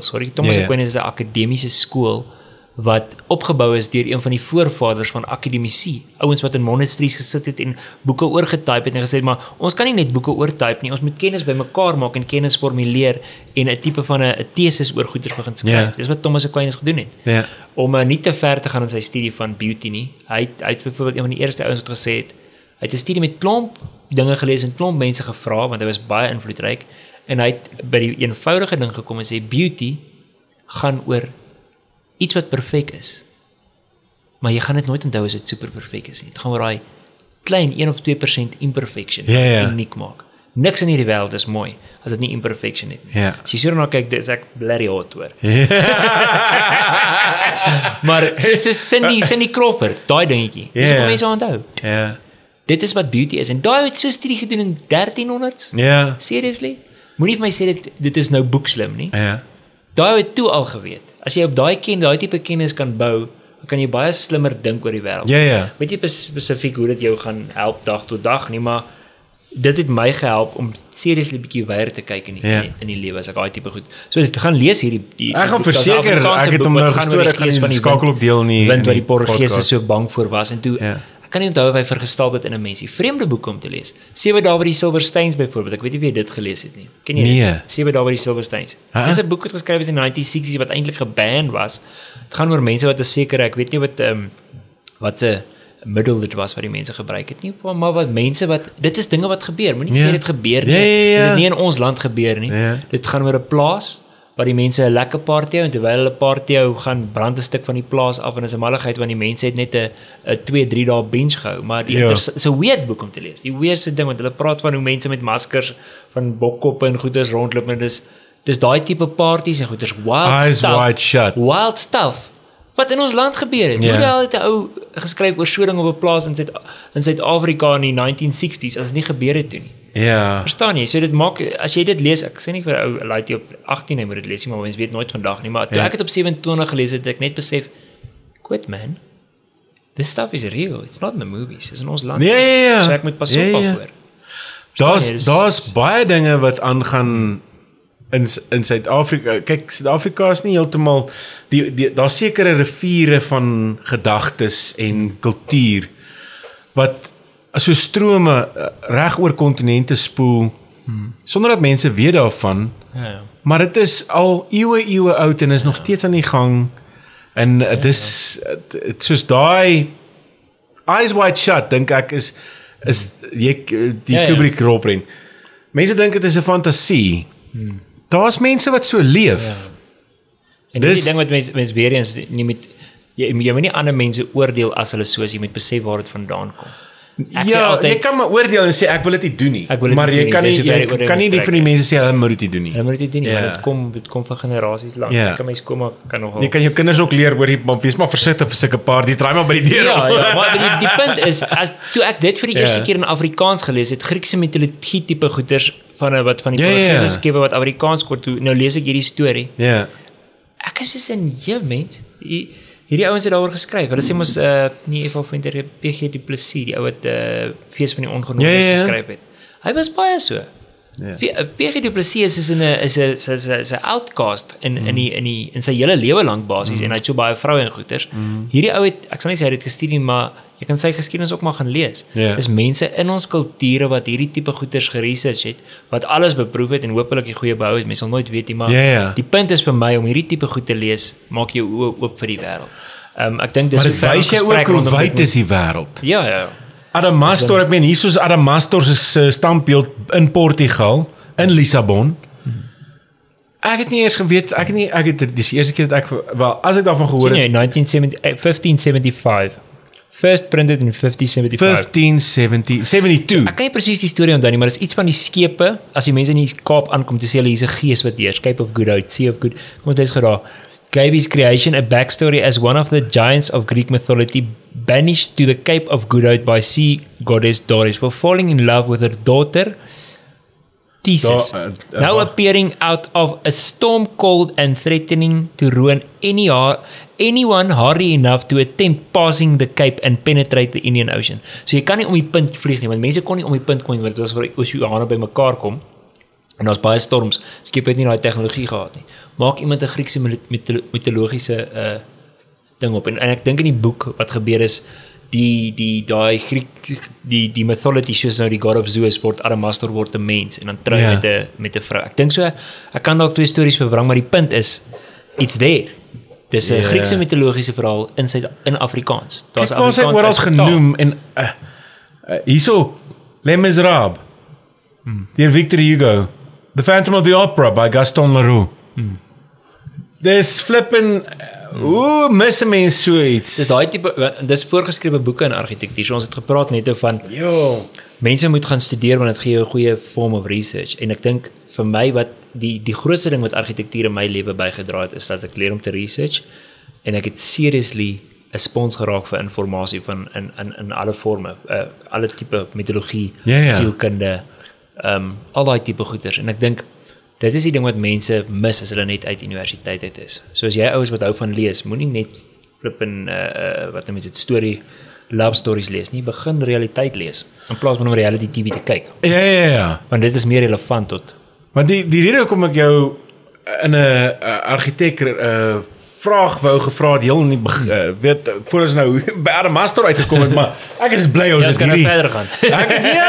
Kyk, dis 'n die ding as mense hierdie goeters begin, veral as jy laathand op die internet is en jy is gefassineerd deur sulke goeters is, dit vat jou op 'n rabbit hole wat skrik vir niks. Jy kom by plekke uit, mense moet eintlik nee, ek het daai eerste 2 jaar van my studies het ek het op 'n stadium vir myself gesê, wow, jy moet nou seriously begin geboue teken. En dit goed dis good stories. Ja, maar die ding wat ek oor wou gepraat het is weer eens die Kaap. Is daar was 'n groot probleem met om in daai vroeë argitektuur toe ons hier aangekom het om dakke te maak wat nie kan nat reën nie en wegwaai nie. Daai kombinasie, die probleem van die reën en die probleem van die wind was verlang 'n moeilike blerrie ding en hulle het die materiaal weet jy wat is die grootste probleem, die materiaal hulle het die materiaal gehad, hulle moes die lengte van bome in die Kaap, daar is nie lang bome daar is nie naby genoeg lang bome van kwaliteit wat lank hou nie. Dit is hoekom jou huitjies, en daai rietdakke is so kort as moontlik, is 3 of 4 meter. Daar is nie langer spanne gewees van uit 3 of 4 meter se span is die meeste wat jy kon span. Dis hoekom probeer die naam dink van hulle, maar dis al hierdie huitjies wat jy op die pad gekry het. Eers toe hulle by die geelhout kom in die Oregon Pine geelhout en wat se ander eike van Nysnabos. Toe kon hulle eers bietjie langer span hê. Verder is alles, wat is die naam van die woord? Noem dit 'n tipe is 'n lang, is gewoonlik 'n lang ding met of 'n plat dakkie of 'n spitsdakkie. Maar jou span was hierdie kamer is heeltemal te groot. Jy kon nie sulke spanne doen nie, want jy was nie lank genoeg bome van kwaliteit om daai spanne te doen. Maar jy die hoek gesoek sodat die water kan afloop. Maar sodra jy bo 'n sekere hoek gaan, dan waai die wind jou flip in stukken en hulle kon ook nie jy kon die span onder wat die tension hou sodat daai die mure was nie sterk genoeg. Jy kon die span van daai ding dat die plat val. En ducktails was 'n probleem. Want daar was nie materiaal vir dakteels gewees nie, maar toe hulle wel materiaal kry vir teels, wat ook al hulle daai harde materiaal wat hulle op 'n dak gesit het, die wind in die Kaap kan 'n 40 kg dakteel skiet.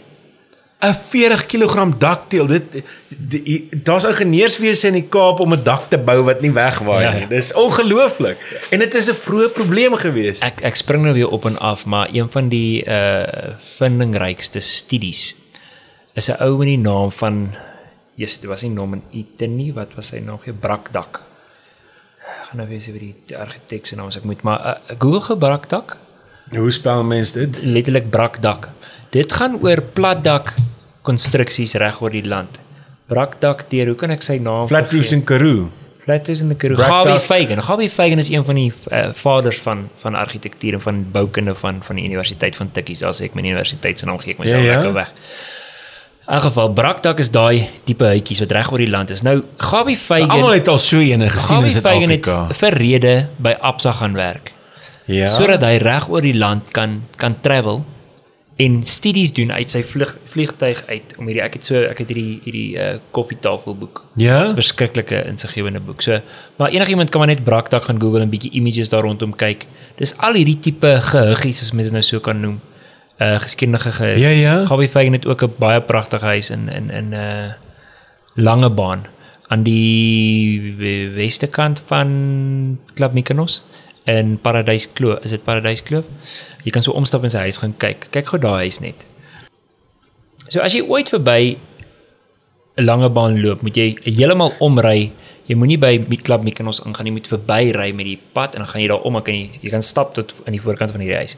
Maar nou kan jy sien daai is vir die winde van Langebaan. Dis die enigste huisie wat daar respekteer die konteks. Jy kan byvoorbeeld as hy verdwyn half in die konteks. Rede hoekom Wat is daai? Is dit 'n skoorsteen? Dis 'n skoorsteen. Nou hoekom moet jy 'n cowbell hê wat gaan roes as jy net daai ding die wind waai meestal van die see af en dan waai net die trekker die rook uit. Dis dan brood prakties.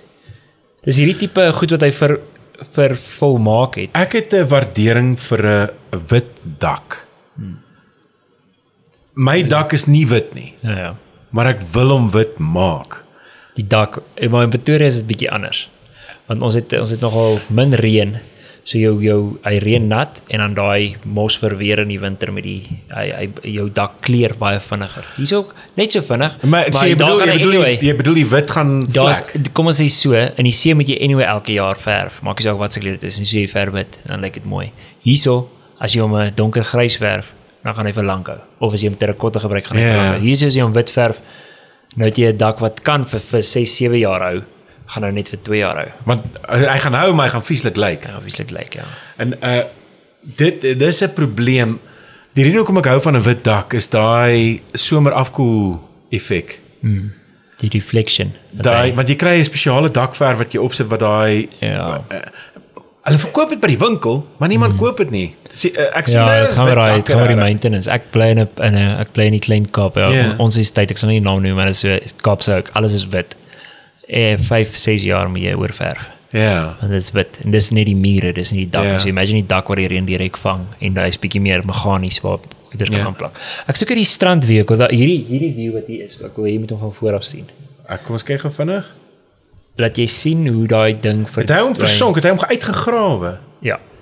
Sien, dis nou weer nog 'n minimal invasive. Hierdie huis is 'n genuine. Maar hier is 'n meesterstuk, want as jy huis in die grond in verskans, kry jy daai grot effek. So jy het nie nodig om hom te verhit nie. Hierdie huis is optimaal climate. As jy hom warm maak, dan bly hy warm as hy in die somer is hy koel. Dis en hier's mense wat huise platslaan in Pretoria Oos, ou huise. Platslaan en met betondakhuise vervang. Nou weet nie hoe voel jy oor dit nie, maar in my kop as jy wil energie bespaar, dan bou jy 'n betondak. Ja. Want hy hou sy temperatuur. Ja. Dis soos 'n grot. Ja. Hy is baie duur maintenance, maar as jy hom reg doen. Hoekom duur? Hoekom? Hy het mos daai membraan bo op die dak wat die water uithou en hy vloei en goeie. So as jy hom verkeerd doen, dan kos hy jou baie geld aan. En as jy die dak teen 'n hoek maak? Nee, jy kan nie jy kan, maar die beste eintlik is daai tipe wild as jy nou nie goed bo op die dak wil doen nie, maar daai wild is die beste. Om so 'n wild tipe storie te maak met beton. Dit is die beste. Want dan al wat die water dan afvloei is in die voor, as die ding so is in die kante, dis al wat die water dan moet eintlik afvloei en nooit gaan lê nie. As jy dan die regte tipe noem dit additives sit, in die beton self wat 'n bietjie meer wat is die woord? Waterdig, Silikon, waterdig. Jy kry 'n tipe goeder. Ja. Dan Maar hou beton nie eintlik af van om nat te word nie.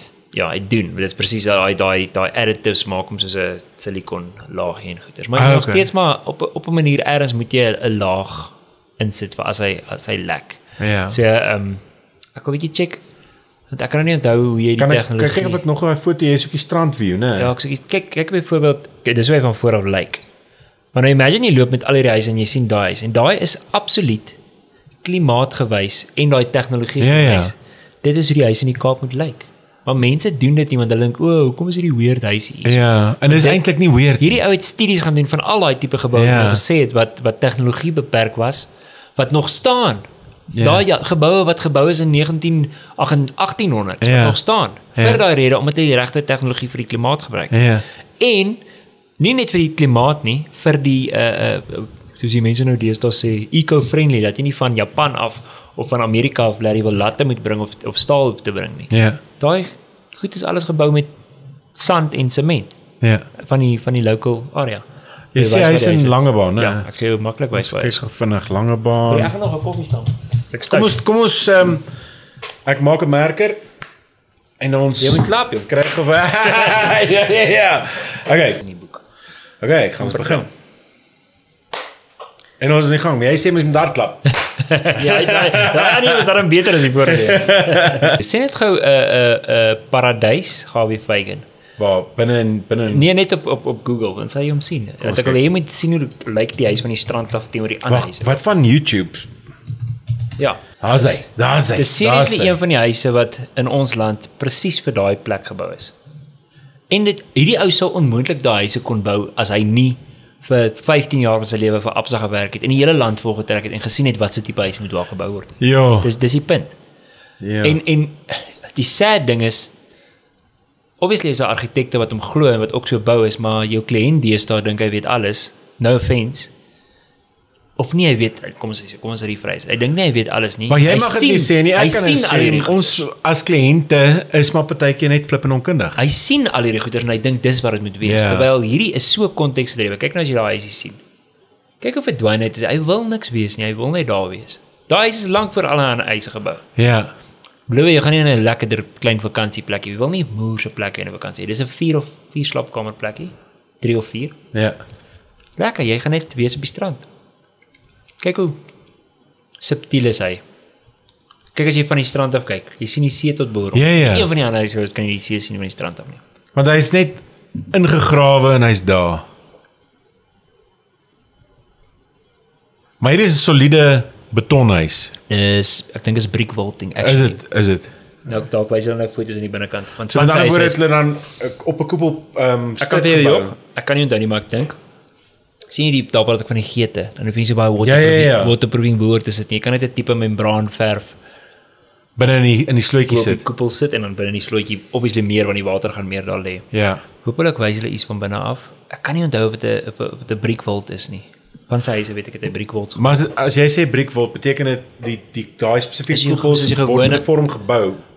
Dan sit hy homself. Dis is 'n ancient Greek arch. Ja. Dit vat net bakstene. Hulle gesag gewoonlik jou muur typer jy bo en sit jy 'n so beton.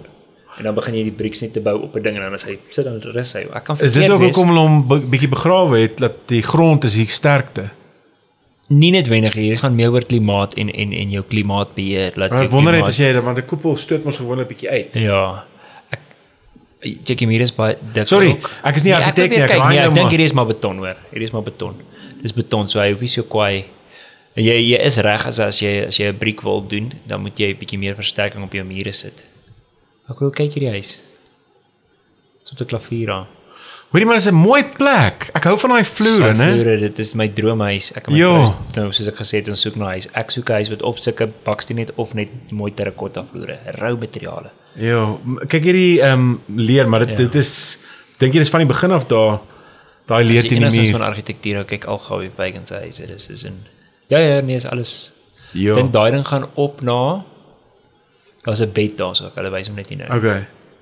Maar kyk, hoekom wil jy 'n groot venster hê wat jy die hele see sien in plaas van as jy net daar sit en lees nie, jy's nou moeg en jy draai gou om en kyk jy, 'n doelgerigte view. Kyk hoe mooi is daai. dit is so subtiel. Kyk hoe hy is langs aan. En weet jy wat, nou, ek hou van 'n shutter. Ek is lief vir 'n shutter, want 'n shutter in die Kaap is goud werd. Daar's van daai huise, as jy daai toere van daai rooibos toere, en jy ry af daar na Clifton en daai plekke toe. Weet jy, hulle vat jy mos nou eers deur Kaapstad self, teen die berg, dan ry hulle agterom, en dan kom jy nou af daar by Clifton en die plekke.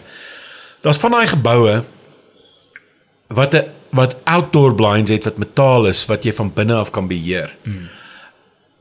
'n blinding in my opinie moet aan die buitekant sit. Ja. Want as jy, dan hou jy die hitte uit. Die hitte skyn nie deur 'n ruit op daai blinding en maak die huis binne warm nie. Dis net iets wat jy wil hê jy moet doen nie. Maar 'n buiteblinding wat die wind kan hanteer, so jy sny die wind af van die ruit af en die son op 'n sekere tyd, jy beheer daai temperatuur. Dis nie 'n ligversorger nodig nie. Jy beheer die temperatuur van buite af. Dis flipping kry. Dis wat wat die beste prinsipes is, en is 'n bietjie hierso wat die beste prinsipes in enige klimaat is. Goeie kwaliteit venster wat nie so baie UV-rays deurlaat nie, dat as jy nou 'n groot nice venster, ja. nie die venster hierdie aluminium maak waar daar rampies oral is. Jy maak 'n groot venster, kom ons sê nou maar 'n 3 by 'n 2.5 of 'n 3 by 'n moerse venster, net as 'n glas. Maak hom double glazing UV. Dan sit jy aan die binnekant 'n blind wat afrol. Ja. En dan as die son inkom, dan gaan die son net in daai areaatjie bly. Maar hy klaar UV protection in daai double glazing en hy hom klaar buite. Dan sit jy langs die kant. So jy bedoel die double glazing is behandelde glas. Behandelde glas wat nie baie hitte inlaat nie, maar as jy dan daai ding opmaak, sien jy heeltemal. En al wat jy het vir jou klimaatbeheer, veral op 'n tweede verdieping, is 'n shutter langs die kant. 'n gewone shutter wat jy kan oopmaak. As jy hom oopmaak, as jy hom toemaak in sy geseël, en as jy hom so oopmaak, dan kom 'n bietjie meer wind in. As jy hom so oopmaak, dan kan jy uitkyk. Ja. Dis die beter prinsip.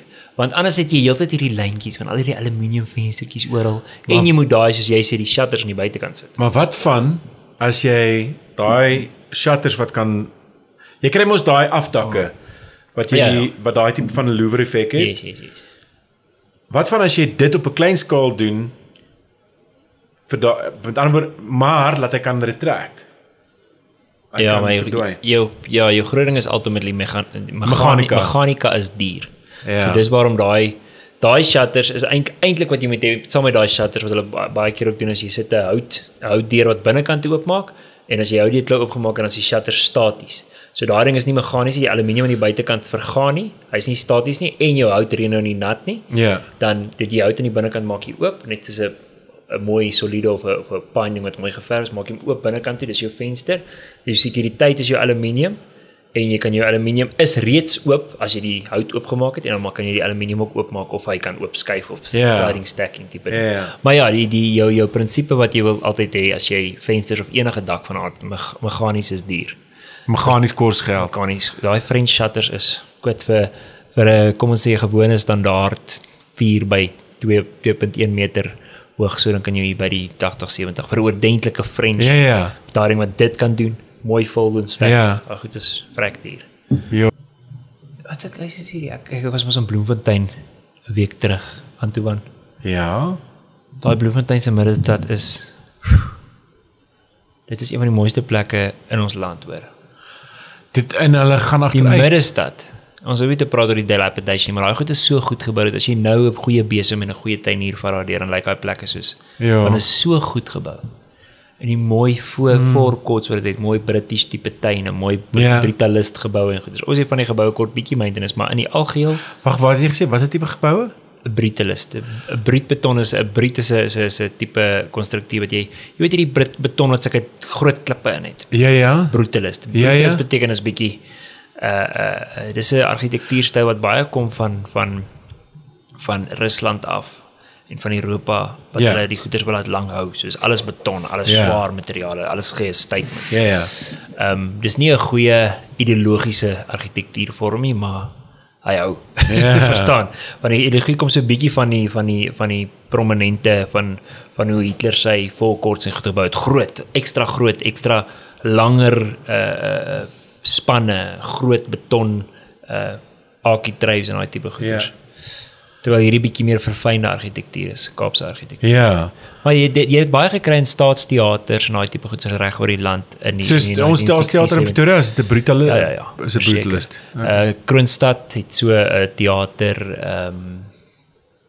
Kroonstad het so teater, Witbank het so teater. Ja, dis hulle noem dit Brutalist. Dis nie 'n baie T-vorm, is die meeste vir Kaapse plaashuise. Ja, dis die grondpan en dis weer eens die T-vorm sodat jy verskillende funksies kan verrig in so 'n klein dakkie. Kyk, hierdie is nogal ons praat oor perplexity meer op 'n What was the Afrikaans name for the houses that was built in the early stage of the settlers on the Cape Point? Houses that were usually short span roofs. Is there a name for some Cape something? Hier is rietdakhuise. Rietdakhuisies. Is dit? En dan die eerste platdakhuise was enkel verdiepings wat aan die bokant 'n lae muurtjie reg rondom die dak gehad het. Dubbelverdieping, daar's hulle. Barok en neoklassisme, pilasters. Langhuis. Ek dink as ek praat van die langhuis, omdat hy so lank moet wees, hy kan nie anders nie. Ja. Kaapse langhuis. Ek dink as jy baie daai met die kort dakkies, met die grasdakkies wat so kort is. Kaapse. Want dis al hoe om kan sterker het en nie te veel beweeg dat die wind nie bly die gras afwaai nie. Hierdie tipe goeder is it's not actually searchable. Maar ek weet presies waarvan jy praat en dit soos ek sê, ek weet waar dit vandaan kom tegnologies. Maar daar is die tipe huis waarvan jy praat. Ja. Dit is waarvan jy praat. Ja. Ek hou van hierdie besigbare houtbalke en goeders. Dit maak mooi.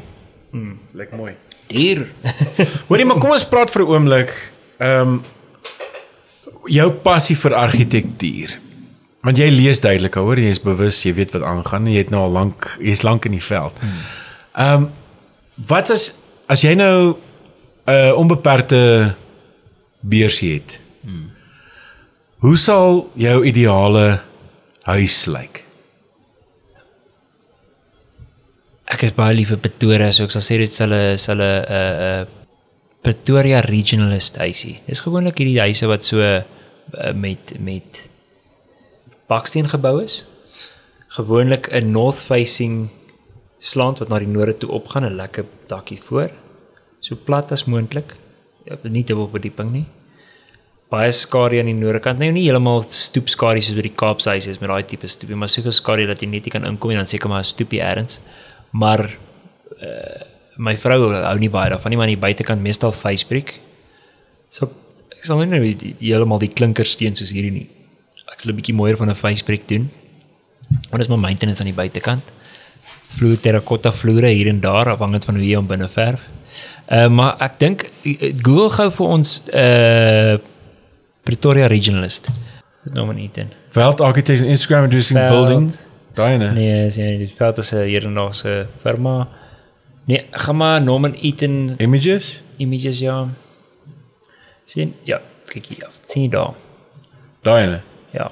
Daai Yes.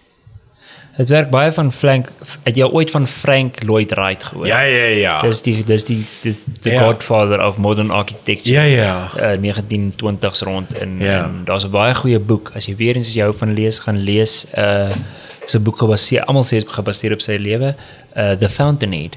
Okay. Dus enigstens dis 'n boek wat jy moet lees voor jy hierdie are verlaat, The Fountainhead. Okay. Dan sal jy verstaan waar die ego van 'n argitek vandaan kom. Maar dit is baie interessant te lees want dit is die wisselwerking van ego van 'n argitek en mense wat net 'n nice huis wil hê, veral mense met kaching-ching. Ja. Baie interessante boek. Sien daar dis die Netbank gebou in Durban. As jy, dis my weird dat aan die se huise opkom. Maar daai ander prentjie wat nou daar was is eintlik een van die mooiste verwysings. Daai huis. Waar moet ek sê 'n bietjie third vernacular. Maar as jy dit studeer dan sal jy duidelik sien waar kom Pretoria se styl vandaan. Ja. Facebreek, want as dit reën hier so dan word hy so vuil. Ja. Dakkie wat na die noorde toe slant, want jy wil hê die somer moet in die winter inkom want dit word koud in die aande, maar hy moet net soveel wees dat jou noorde fasade nie te warm kry in die somer nie. Links tot regs bou van oos tot wes en eintlik maar baie beskerm. Jy draai hom so klein bietjie dat as die weste kom jy werk altyd vir die middelseisoen. Jy draai hom so klein bietjie laat jou as die son kom in die midseisoen hierso tussen van September tot so einde Augustus maar eintlik tot in middel Desember dat daai kwaai weste son wat kom gaan dan nie jou huis voorslaan nie, hy slaat hom aan die agterkant. Sit al die dienste aan die suidekant ook. Van oos tot wes, so lank as moontlik met hierdie oorhang wat net genoeg as die wintersom inkom, kom hy in jou lewe trek in. Baie huise, 'n suksesvolle huis is in prinsip so. Ja. Dis maar algeheel kom ons vat net die teenbeeld van hoe jy in die Kaap bou. In die Kaap worry jy nie daaroor. In die Kaap worry jy meestal oor wind, so jy bou rondom 'n courtyard en jy maak hier en daar seker dat plekke lekker son kry met ander tipe beligting as net bloot om uit te kyk vorentoe. Terwyl die general status quo eintlik by enige strandhuis is, maak soveel as moontlik vensters, kyk vorentoe. Hoekom dink jy het Gawie Feigen in daai paradyshuis so min as moontlik vensters gedoen? Daai vensters is almal suid. Hulle kry nooit son nie. So hou hulle so klein as moontlik. Anderste in die tyd wat hy gebou het in die 90s was daar nie so baie venstertegnologie nie. Hou daai vensters so klein as moontlik. Jy wil net die see kan sien as jy wakker word. As jy hom te groot gemaak gaan hy plek koud wees. Ja. Dan, dit is die rede vir dit. En die wind. En die wind, ja. Ja. Anyway, that's architecture in a nutshell. Dis hoe ek my huis sal bou. Obviously sal ook baie moderne lekker tegnologie goedjies insit. Ja. En nie groot nie. Ek glo 'n funksionele huis moet groot genoeg wees om vir jou behoeftes te voorsien, maar hy moet nooit so groot wees dat jy verdwaal in hom. Hierdie groot mansions wat jy so onnodige groot vlakke het, is regtig onnodig. Maar weet jy wat ek nog hou van spasie? Is 'n sitkamer. Elke keer as ek in 'n oorgrootte sitkamer inkom, voel dit net vir my reg. Ek praat van ontspanning. Ja. Daar's genoeg stoele, genoeg sitplek, baie spasie waar mense vir mekaar kan kyk en mekaar in die oë kyk en kuier. Maar partykeer meer as een plek. So daar kan, as jy nou 'n paar mense oor het, dan is daar, hier kan 'n groep sit en kuier, daar kan 'n groep sit en kuier en daar's die wisselwerking tussen hulle. Ja. We wil nie almal kuier op dieselfde tyd en luister na dieselfde persoon noodwendig nie. As dit hang af van die geleentheid natuurlik, maar oorgrootte sitkamer. Dit voel vir my na dis 'n nodigheid en dis waar die nodigheid vir die open, hulle noem dit open plan living, wat jou kombuis en jou TV essensieel aan. Ja. Dit is ook dis die modernis wat die ouens soos Le Corbusier. So jy kan kos maak terwyl jy kuier. Kos maak terwyl jy kuier en dan essensieel soos in die ou dae. Weer eens die gedagte is nie nie net akademies geformuleer so tydens die 1940s daarom. Jy sal gaan kyk, alle huise voor die 1940s, as jy op daai plan kyk, is dit cellulêr.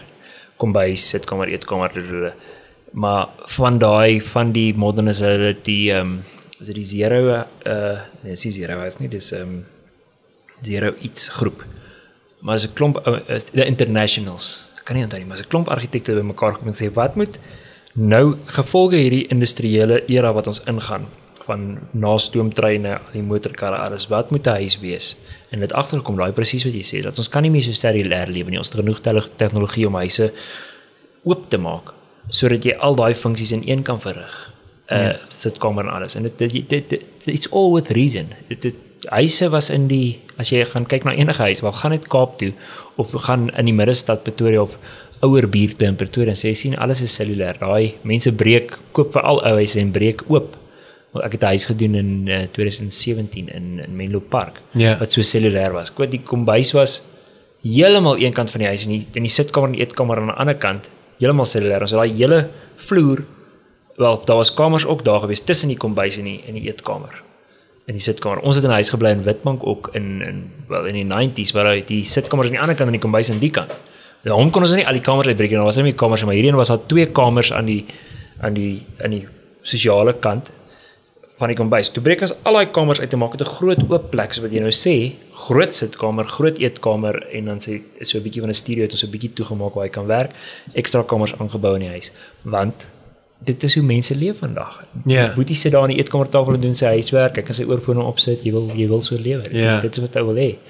Unfortunately wat gebeur oor die tyd met die patina wat, nou praat ek so akademies, wat van mense wat huise bou en verbou, veral by plekke, en dis nie 'n comment op enigstens op mense wat meer wel of is om huise te bou nie, maar daar waar jy meer kon ontwikkel het mense in plaas van om uit te breek en aan te bou, het hulle net aangebou. So wat jy veroorsaak is dat dit meer cellulêr is. Veral die kleiner erfies in plekke soos Silver Lakes bevind ons dat jy actually maar moet meerendeels sloop en oorbegin sodat jy die prinsipie om open living reg te kry het jy genoeg gebou het. Maar enige ou huis waar die mense die geld gehad om aan te bou, Ons Suid-Afrikaners boer maak ons 'n plan. So meeste mense dit is eers hedendaags wat mense regtig argitekte se value sien, maar dit is maar soos enige industrie. Enige industrie het sy goeie en sy slegte kant en is baie min mense wat eerstens die geld het om 'n argitek te bekostig. Hoopelik met AI kan mense meer argitekturele kennis tap om dit reg te doen, want jy staas baie huise. Soos ek sê, ek soek al vir 2-3 jaar vir 'n ordentlike huis en jy kry net die huise wat regtig waar goed aangebou is of nie verwrang is dat jy nie kan goed aanbou nie. Want almal bou altyd aan. Is altyd daai klassiek, ons wil groter gaan. Kom ons bou 'n stoepie aan die noorderkant. As jy dink aan daai prinsipie wat ek nou gesê het van Pretoria Regionalist, dis die verkeerdste ding om te doen, want jy maak 'n huis donkerder en kouer op dieselfde tyd. Maar jy kan hoe lank praat as wat jy wil. Dit is die goedkoopste manier om te doen, maar daar's ander kreatiewe maniere om dit ook te doen. Byvoorbeeld bou in plaas van om noord uit te bou 'n kombuis, hoef nie so warm te wees nie. Bou 'n kamertjie uit na die suidekant toe wat jy die son vroeg in die ooste son vroeg kan kry, dan sal daai kombuisie warm wees. Dan maak jy net soos jy sê, maak jy oop en jy maak daai kamers groter of jy bou uit links regs as jy kan. Baie ander kreatief. Dit is net maar een manier in plaas van om die hele huis op te donder, sorry vir die woord, deur om 'n afdakkie aan die noordekant te bou, donkerder, kouer. Ja. Maar ja, dan is ek heeltemal te krities as argitek. Maar daar is lesse wat mense kan leer en dit is belangrik en mens kort eintlik so bron. Dis dalk 'n idee vir jou. So the layman's idea of architect. The outspoken architect. Dis een ding op argitektuur wat ek wil sê is voor ons verder gaan is laat jy my leer krities dink, maar my ook leer krities wees. So partykeer moet ek hier en daar my bek hou. Jy kan mense, ek moes leer om my bek te hou hier en daar, want jy sit in 'n argitektuursaal en dis dalk 'n goeie manier om aan te gaan met my storie ook. Jy sit in 'n argitektuursaal as 'n eerstejaars student, dan gee hulle vir jou so 2-3 lecturers in die eerste krit wat jy nog geken het en met jou gewerk het vir die afgelope 2-3 maande in jou eerste krit. En hulle, as jy klein foutjies maak op 'n eenvoudige design soos dit, hulle is nie kwaad vir jou nie, maar hulle wys al die foute uit sodat jy leer dat jy foute. Dis al hoe jy kan leer. Kunstkrit doen dit so, skryfkrit doen dit so. Ek dink lawyers het daai tribunals en goeders. Hulle is brutally honest sodat jy kan leer dink. Jy is nie altyd reg nie. In fact, as jy 10% van die tyd in die lewe is jy reg, mits jy ervaring in 'n sekere veld het. Nou kom jy in jou meestersgraad, dan sit jy in 'n kamer van 6 buitemense wat elkeen al vir 20 tot 30 jaar argitektuur gedoen het in die real world. Nou as daai vir jou sê dit gaan nie werk, gaan jy mos weet dit gaan nie werk. Yeah. So jy kry 'n halfjaar kry jy 2 van hulle en 2 van hulle om jou te krit en aan die einde van die jaar kry jy op 'n projek wat jy jou bloed en sweet getap het, laatnagte met moerse modelle gebou het en gewoon kom maar ou vir jou sê nee, dit gaan nie werk nie. Laat sê vir my hoekom dit gaan werk. Hiperkrities oor jou. En dan gaan dit nie net oor mooi nie. Dit gaan glad nie. Inteendeel, dit gaan oor die laaste ding van mooi. Ja. Dis die samestelling van wat die gebou moet maak. Dit gaan byvoorbeeld oor sal die gebou klimaatekonomies wees, so 'n verkeerde woord, maar anyway, sal die gebou klimaat reg wees vir die klimaat waarna hy is, sal die gebou reg wees vir die publiek. Klein goedjies soos hoekom dis 'n gebou, jy sê die gebou is self 'n adaptable gebou, 'n inklusiewe gebou. Ja. Hoekom sit jy hierdie gladde teëls dat mense gaan gly by jou entrance? Ja. Dan staan jy daar voor 8 volwassenes. Imagine en dit gebeur tot in eerste jaar. Dit is jy moet leer om so hiperkrities te wees want as 'n gebou staan vrek baie jare. Ja. En ja, ek het my storie so 'n bietjie geskip, maar mense weet nou dat ek vir Robbie gespeel het vir 10 jaar en ek het toe in 2012 gaan argitektuur swat, 9 jaar nadat ek uit die skool uit is. Eerste 3-4 jaar gedoen tot by Oneers. Ek het gewerk die hele tyd in vakansietye gaan werk by argitektuurfirmas van 2013 se einde. 2013 begin, 2014, 2015 graad, 2016 Oneers, toe het ek voltyds gaan werk en toe 2019 het ek my meesters gaan doen, deeltyds. Ja, so ek het in die argitektuurwêreld gewerk en vanaf ek my meesters het, ek is so 2 jaar na my meesters, ek is lief om te krit, omdat ons nou oor daai ding gepraat van mense develop en weet waartoe mense gaan, en ek kom agter, hoe meer ek mense krit is, die 5-6 keer wat ek nou gekrit het, ek krit nou eerste jaar, want jy moet 'n doktoraal het gewoonlik, of nie 'n doktoraal, jy moet 'n sekere jare ervaring hê buite die veld, nadat jy jou meesters gekry het, en dan moet jy, dat hulle jou somme toe om vir meesters, jy kan nie net vir meesters krit nie. Maar waar ek op by uitkom is dat net selfs in die eerste jaar kan jy duidelik sien, hierdie persoon sy gaan een van die beste argitekte ooit wees. Die ander mense is al potensiaal, but you'll never know which way the penny will drop. Or if the penny will ever drop, verstaan jy? So, dis my interessant om, en ek het 'n absolute passie daarvoor om mense te help. So as daar enige jong kunstenaars is daar buite, kontak my. Ek is pal met nuwe kunstenaars in kontak. Gee hulle raad oor wat ek dink moontlik kan wees. Kyk, hulle sê maar so ek dink is Nathaniel wat gesê het, opinies mos is 'n poepel, elke tweede ou het. Maar ek probeer altyd van die oogpunt van 'n ou wat lief daarvoor is om mense te help, sal ek jou altyd probeer help en in 'n rigting sit met my kennis, of jy dalk probeer in kontak sit met iemand in die industrie, musiek of argitektuur gewys. Want dit is my passie, want ek is 'n ou wat later begin het en ek sien nie tekort daaraan wat mense wat people don't know what they want to be. So as ek tyd het, dan wil ek graag by jonger mense. Ek het nou 'n ouetjie wat ek mee kontak het wat 'n musikant is wat getrek het van 'n random dorpie af Joburg toe. Hy doen 'n voltydse job, maar hy wil musiek maak. So ek weet tog nie hoekom gaan help nie. Ek wil op 'n manier. Ek het 'n passie om te sien hoe mense ontwikkel en groei. Ja, so dit ek argitektuur gaan swat en ek werk nou voltyds nog argitektuur en ek doen die musiek ding. Maar waarby ek wil uitkom is eerstens dat ek het vanaf, soos jy nou gehoor het, van standaard 6, 7 het ek begin gitaar speel en liedjies skryf. En ek het direk die aanvoeling vir liedjies skryf gehad. En as jy ooit my boek lees, jy sien ek is presies dieselfde. Ek spring so tussen vorentoe en agtertoe. Maar op die einde van die dag is dit net 'n gesprek, so dit hoef nie te geformuleer te wees nie. Ek jy moenie jouself te veel kritiseer daaroor nie, maar dit so ek het musiek gedoen my hele lewe lank al en ek het agtergekom dat ek wil nie cover songs doen nie. Ek wil nie net so 'n gitaar optel en ander mense entertain met. Ek wil iets nuut skep wat betekenis het. Yes, en dit het my lank gevat aan toe, maar ek het eers eintlik, ek dink as ek nie argitektuur gaan swat nie, sal iets soos Kwaitjie 10 teen nie gebeur het nie. Want ons 'n paar ontwerp en 'n paar proses dinge wat ek geleer het oor hoe kreatiewe werke werk. En enige ou in enige kreatiewe veld sal vir jou sê dit gaan oor die proses. Ek weet nie of wat het jy gaan swat nou weer? Ek het suiwer BCom geswat. BCom. Ja.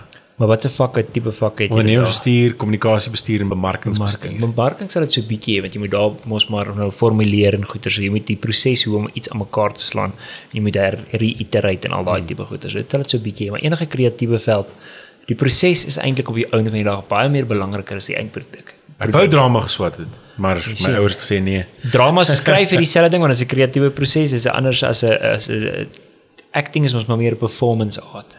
So dit nie heeltemal, maar dit kan ook dieselfde ding, hoe meer jy dit doen, hoe meer gaan jy kom tot sukses daarvan. En waar ek wil uitkom is, hoe meer jy 'n ding herontwerp, byvoorbeeld in eerste jaar sê hulle vir ons, maak gou jou 'n monoloog om jou, ek was hier af van Rooyen. Maak gou 'n monoloog, design 'n monoloog, begin met 'n monoloog vir jou naam, vir jou voorletters, jou monoloog. Nou as jy sê, okay, kom ek dink gou, yes, mooi. Sê nee, jy gaan dit gou 100 keer oor doen.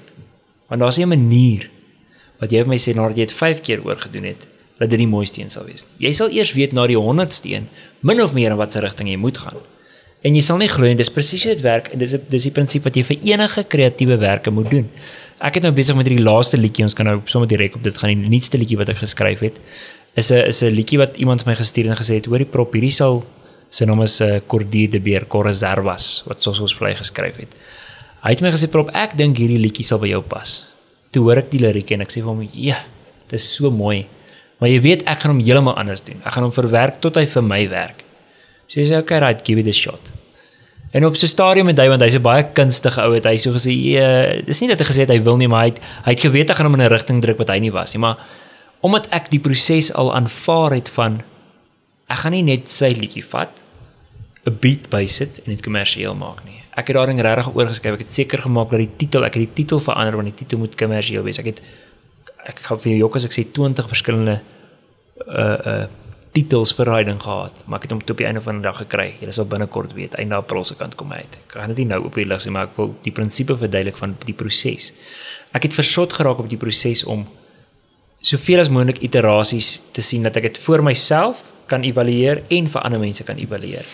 En so het ek gemaak met die melodie, so het ek gemaak met die akkoorde, so het ek gemaak met die watse tipe begeleiding moet hy, wat moet dit 'n boeremusiek tipe styl wees, moet dit, soos hy het dit bietjie meer Bosveld gemaak, net akoestiek, maar ek het gesê, moet dit banjo wees, moet dit concertino wees, nie, dit moet beide wees. moet dit en so het ek en Marie Lib in die studio ook daai tipe iterasies met mekaar gepraat oor wat moet dit wees ontwerpgewys en so het gemaak met elke liewe liriek. Ek vat 'n liriek as jy jy sal dink ek so 'n mal mens as jy soos in Da Vinci en daai ouens se tyd of kom ons sê noem 'n Shakespeare tyd wat ek met die hand alles moet edit. En ek dink enige kreatiewe persoon wat in die kreatiewe skryfproses is sal dink hy's 'n mal mens.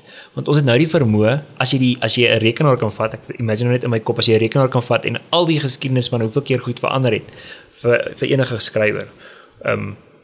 Kom ons sê 'n goeie skrywer wat hierdie proses doen en ek sê nie daarmee ek's 'n goeie skrywer, ek sê net as jy dit kan sien hoe al daai patina van die verskillende woorde en hoe goeders verander het. Jy het op een bladsy kan sit sê dink aan mense is mal. Maar dit is die proses. Jy moet oor en oor itereer totdat 'n ding perfek is. Nie net vir jou nie, maar vir wat dit moet wees. Jy moet jouself heeltemal divorce van die proses. In die universiteit het hulle altyd gesê jy must be willing to kill your babies. Jy moet nie verlief raak op jou werk nie. As jy verlief raak op jou werk en dis die tipe prosesse wat bygedra het wat ek op universiteit geleer het met 'n haattroef deur om al daai krits mee te maak om al daai goeders te doen. Wat jong ouetjies nie hoor nie. Hulle wil deesdae hoor it's AI, spoeg vir my 'n lyric uit, yes, ek verander hom so 'n bietjie, 2 dae later stuur ek hom vir producer, ek word famous. It's not how life works. En ek is bevrees dat ons in 'n ek wil nou nie so 'n stoere akademikus sê, maar ek is bevrees dat ons in 'n wêreld lewe waar mense te vinnig vergeet van die agtergrond van enige iemand waar hulle vandaan kom. Want ek kan nie, as ek nie vir al my ervarings deur het, eerstens, kom ons bring hom tot 'n konklusie, al my ervarings deur het, en weet dat ek musiek wil maak vir mense, eerstens waar ek vandaan kom nie, en weet dat ek, van die begin af het ek geweet, ek wil gitaar speel en liedjies skryf, ek het saam met Robbie getoer en gesien hoe die Afrikaanse mark werk, maar nie regtig besef hoe om musiek te formuleer vir hulle nie, en toe gaan argitektuur swat, ek het hard probeer tydens daai 10 jaar van Robbie I gave my best. Ek het op stadiums het ek songs geskryf dat dit uitsit, maar ek het nie die iteration proses met elke song, want ek het gedink as ek 'n song skryf, yes, ek love it, ek gaan op vir mense stuur, ek gaan famous word. It doesn't work that way. En toe het ek gaan swat en bietjie musiek geskryf, toe kom ek agter die privaat argitektuur in daai 2-3 jaar van 2016 tot 2020 het ek agtergekom, dit vat baie tyd. Ek moet 'n manier kry om meer tyd te spandeer. En toevallig, en daai het ek baie podcast geluister, ek op pad werk toe as skorrelgoed was in die oggende, oor songwriting. A boatload full of songwriting podcasts, boeke oor songwriting, boeke oor entrepreneurskap, boeke oor kultuur en musiek, boeke oor wat sê aan ene? Musiekindustrie, en daar's nog iemand ek mis. Net songwriting over skryf in general. Om te sien hoe dit werk, hoe formuleer mens stories, hoe formuleer mens. Maar regtig baie gelees en baie, soos ek in my eerste 2 jaar van die universiteit ook, het ek toe daai inligting verslind deur die vorm van podcast. En toe kom COVID, en dis my geluk, is een van die dinge wat geluk, toe kom COVID en toe kry ek 'n werk, wat ek besluit ek gaan 'n staatsjobbie vat, vir so 2-3 jaar, om te kyk of ek weer die musiek kan maak werk. En dis die enigste manier, en so het ek ook gedink oor wat ek regtig in die lewe wil hê en waar ek myself posisioneer. Want ek het agtergekom as ek kan nou maar boeke luister soveel ek wil, ek moet tyd vind om te sit en skryf, maar as ek aan die aande tot 9:00, 10:00 argitektuur doen privaat, sal nie 'n manier nie. So ek moes myself posisioneer in 'n job wat ek net van 8 tot 5 werk, nou en dan oor tyd werk, nie flip in 4 aande 'n week nie. En toe kon ek meer skryf, toe kom COVID, toe het ek nog meer tyd, en toe kon ek uiteindelik nog 'n bietjie gelees en daai dit maar ek het seriously baie songs geskryf. Mense dink ek lieg as ek sê, maar ek het 300 songs geskryf. Nou net imagine hoeveel tyd ek spandeer het om elkeen van daai 300 songs. Kom ons sê so 80 van hulle het gekom voor in daai universiteit tyd, in daai 3-4 jaar van 2016 tot 2019 wat COVID gekom het. Maar ek beloof jy 200 van hulle het gekom in daai 2 jaar 19, 20, 21. En daai het ek alles geïtereer en ek het net 30 van hulle gevat vir Marie en ons het 8 gevat. En toe die 8, het ek en Marie gesê, dit is wie prop moet wees. En Kwaitjie was nie Kwaitjie, hy was Bertha. Maar ons het iets gevind in die melodie en die manier van hoe die song groove. Die melodie van die vocals, en toe het ek weer eens lang gaan sit, gelees en gaan studeer oor die wat hierdie song moet wees vir Afrikaanse kultuur. En toevallig het ek een van Piet van Rooij se gedigte raak gelees, wat sê daai kraaitjie my laaitjie liefste ding. En toe sê ek soos kraaitjie, en toe drop die pen net daar, ek moet sê kwaitjie. En toe gebruik ek net die gedig in die brugdeel. So ja, die punt wat ek by uitkom is dat ek het hierdie hele lang journey in my lewe gehad om tot op 'n punt te kom. En nou is ek op 'n punt waar ek 'n ander ou se som kan vat en te sê, hey, yes, jy sien iets raak daar. Maar ek dink ons gaan hierdie ding anders maak of vir soveel as moontlik mense. Ek het hom net gesê, ek gaan hierdie ding hard laat stamp. Gaan baie beat hê want dis wat ons mark nou tans het. Hy sê so ja, okay nee, hy weet dit. En hy het ook inherent geweet want hy's 'n baie goeie skrywer. Mense moet regtig sy goed gaan luister. As jy hou van enigsins diep kom ons sê regionalist nou, gaan ons terug op daai woorde maar Bosveld area, maar daai ou kan 'n konteks in 'n liedjie so mooi vasvang en as daai liedjie nou uitkom wat ons uitbring sal julle dit hoor.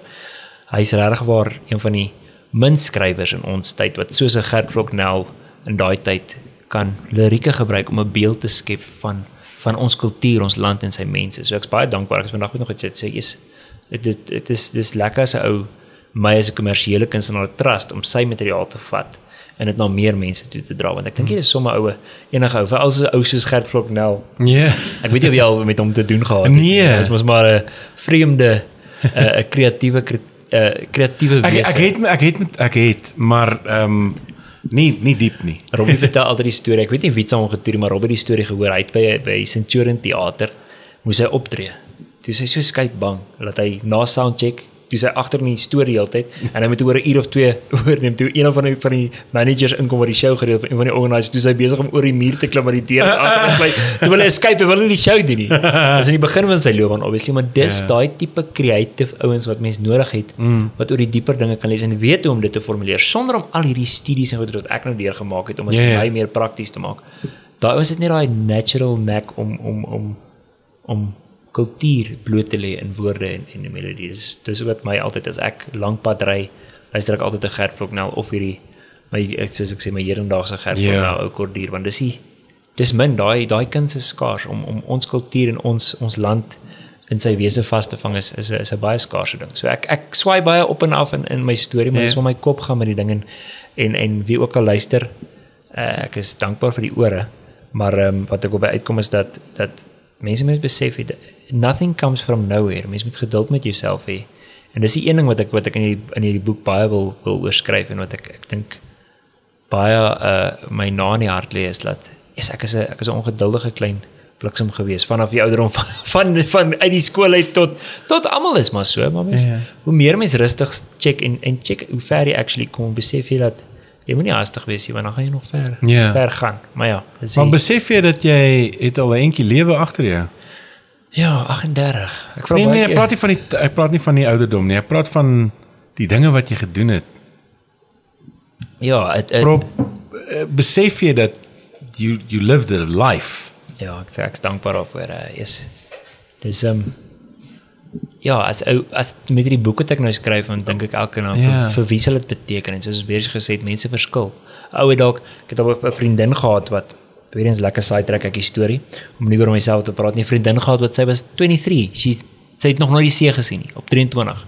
Ja. Verstaan jy, so jy moet nooit dink in jou lewe dat, en dis hoekom ek hierdie boek skryf, ek hoopelik touch wood, kry ek genoeg tyd om klaar, ek wil hom graag in hierdie jaar klaar maak. So gou as moontlik. Daar's 2 prinsipe wat ek wil tuisbring en ek dink die een is hulle sê mos you are the sum of the 5 people you spend the most time with. So as daar net 1 of 2 persone is wat my boek kan lees en my ervarings kan vat en iets maak daaruit, dis my doel met dit. En die ander prinsipie is dat hulle sê 'n boek skryf is jou gift to humanity. Het maak nie saak of dit 1 of 2 ouens wat hom lees of 10 ouens wat dit lees oor 10 jaar nie. Mens moet dit doen. Maar dis hoërgraad legacy daai. Buiten mense jou stem kan hoor, 'n boek is soos 'n deel van jou siel wat jy neersit. Ja. Dis hoërgraad, dis next level freaking legacy. Dis soos 'n dude. En ek het lank oor dit getop want wie die hel is ek nou op die ouderdom van 38 'n biografie, nie eers iemand anders wat oor jou lewe, jy skryf sommer self oor jou lewe. Toe het ek vir myself gesê, get over that. En dink eerder aan hoe om dit te formuleer dat dit betekenisvol kan wees, as wat jy top oor wie nou moes jy om 'n boek te skryf. Dis nie waaroor dit gaan nie. Dis jou werk om daardie te formuleer sodat iets kan beteken. En dis ook met so lank vat, want ek is baie serieus dat ek wil hê dit moet iets beteken. So ek het al die dronkgat stories begin ek uitsny soos ek gesê het. Ek moet iets skryf wat dat mense kan leer uit my lesse uit, maar dit is nog steeds interessant. Ja. Maar jy is interessant, make no mistake. Ek hoop so. Nee, jy is verseker, prop. Nee, ek dink nie ek tel op dat jy besef nie you live the life. Mense gaan dit verslind, verseker. Ons hoop so. Ek moet dit reg formuleer. Ek wil kom by daai legacy wat jy gesê het is ek weer eens, ek weet nie hoe om dinge aan nie. Ek het by my oupa 'n versamelstuk C. Langehoven, is hy 15 of 17 boeke.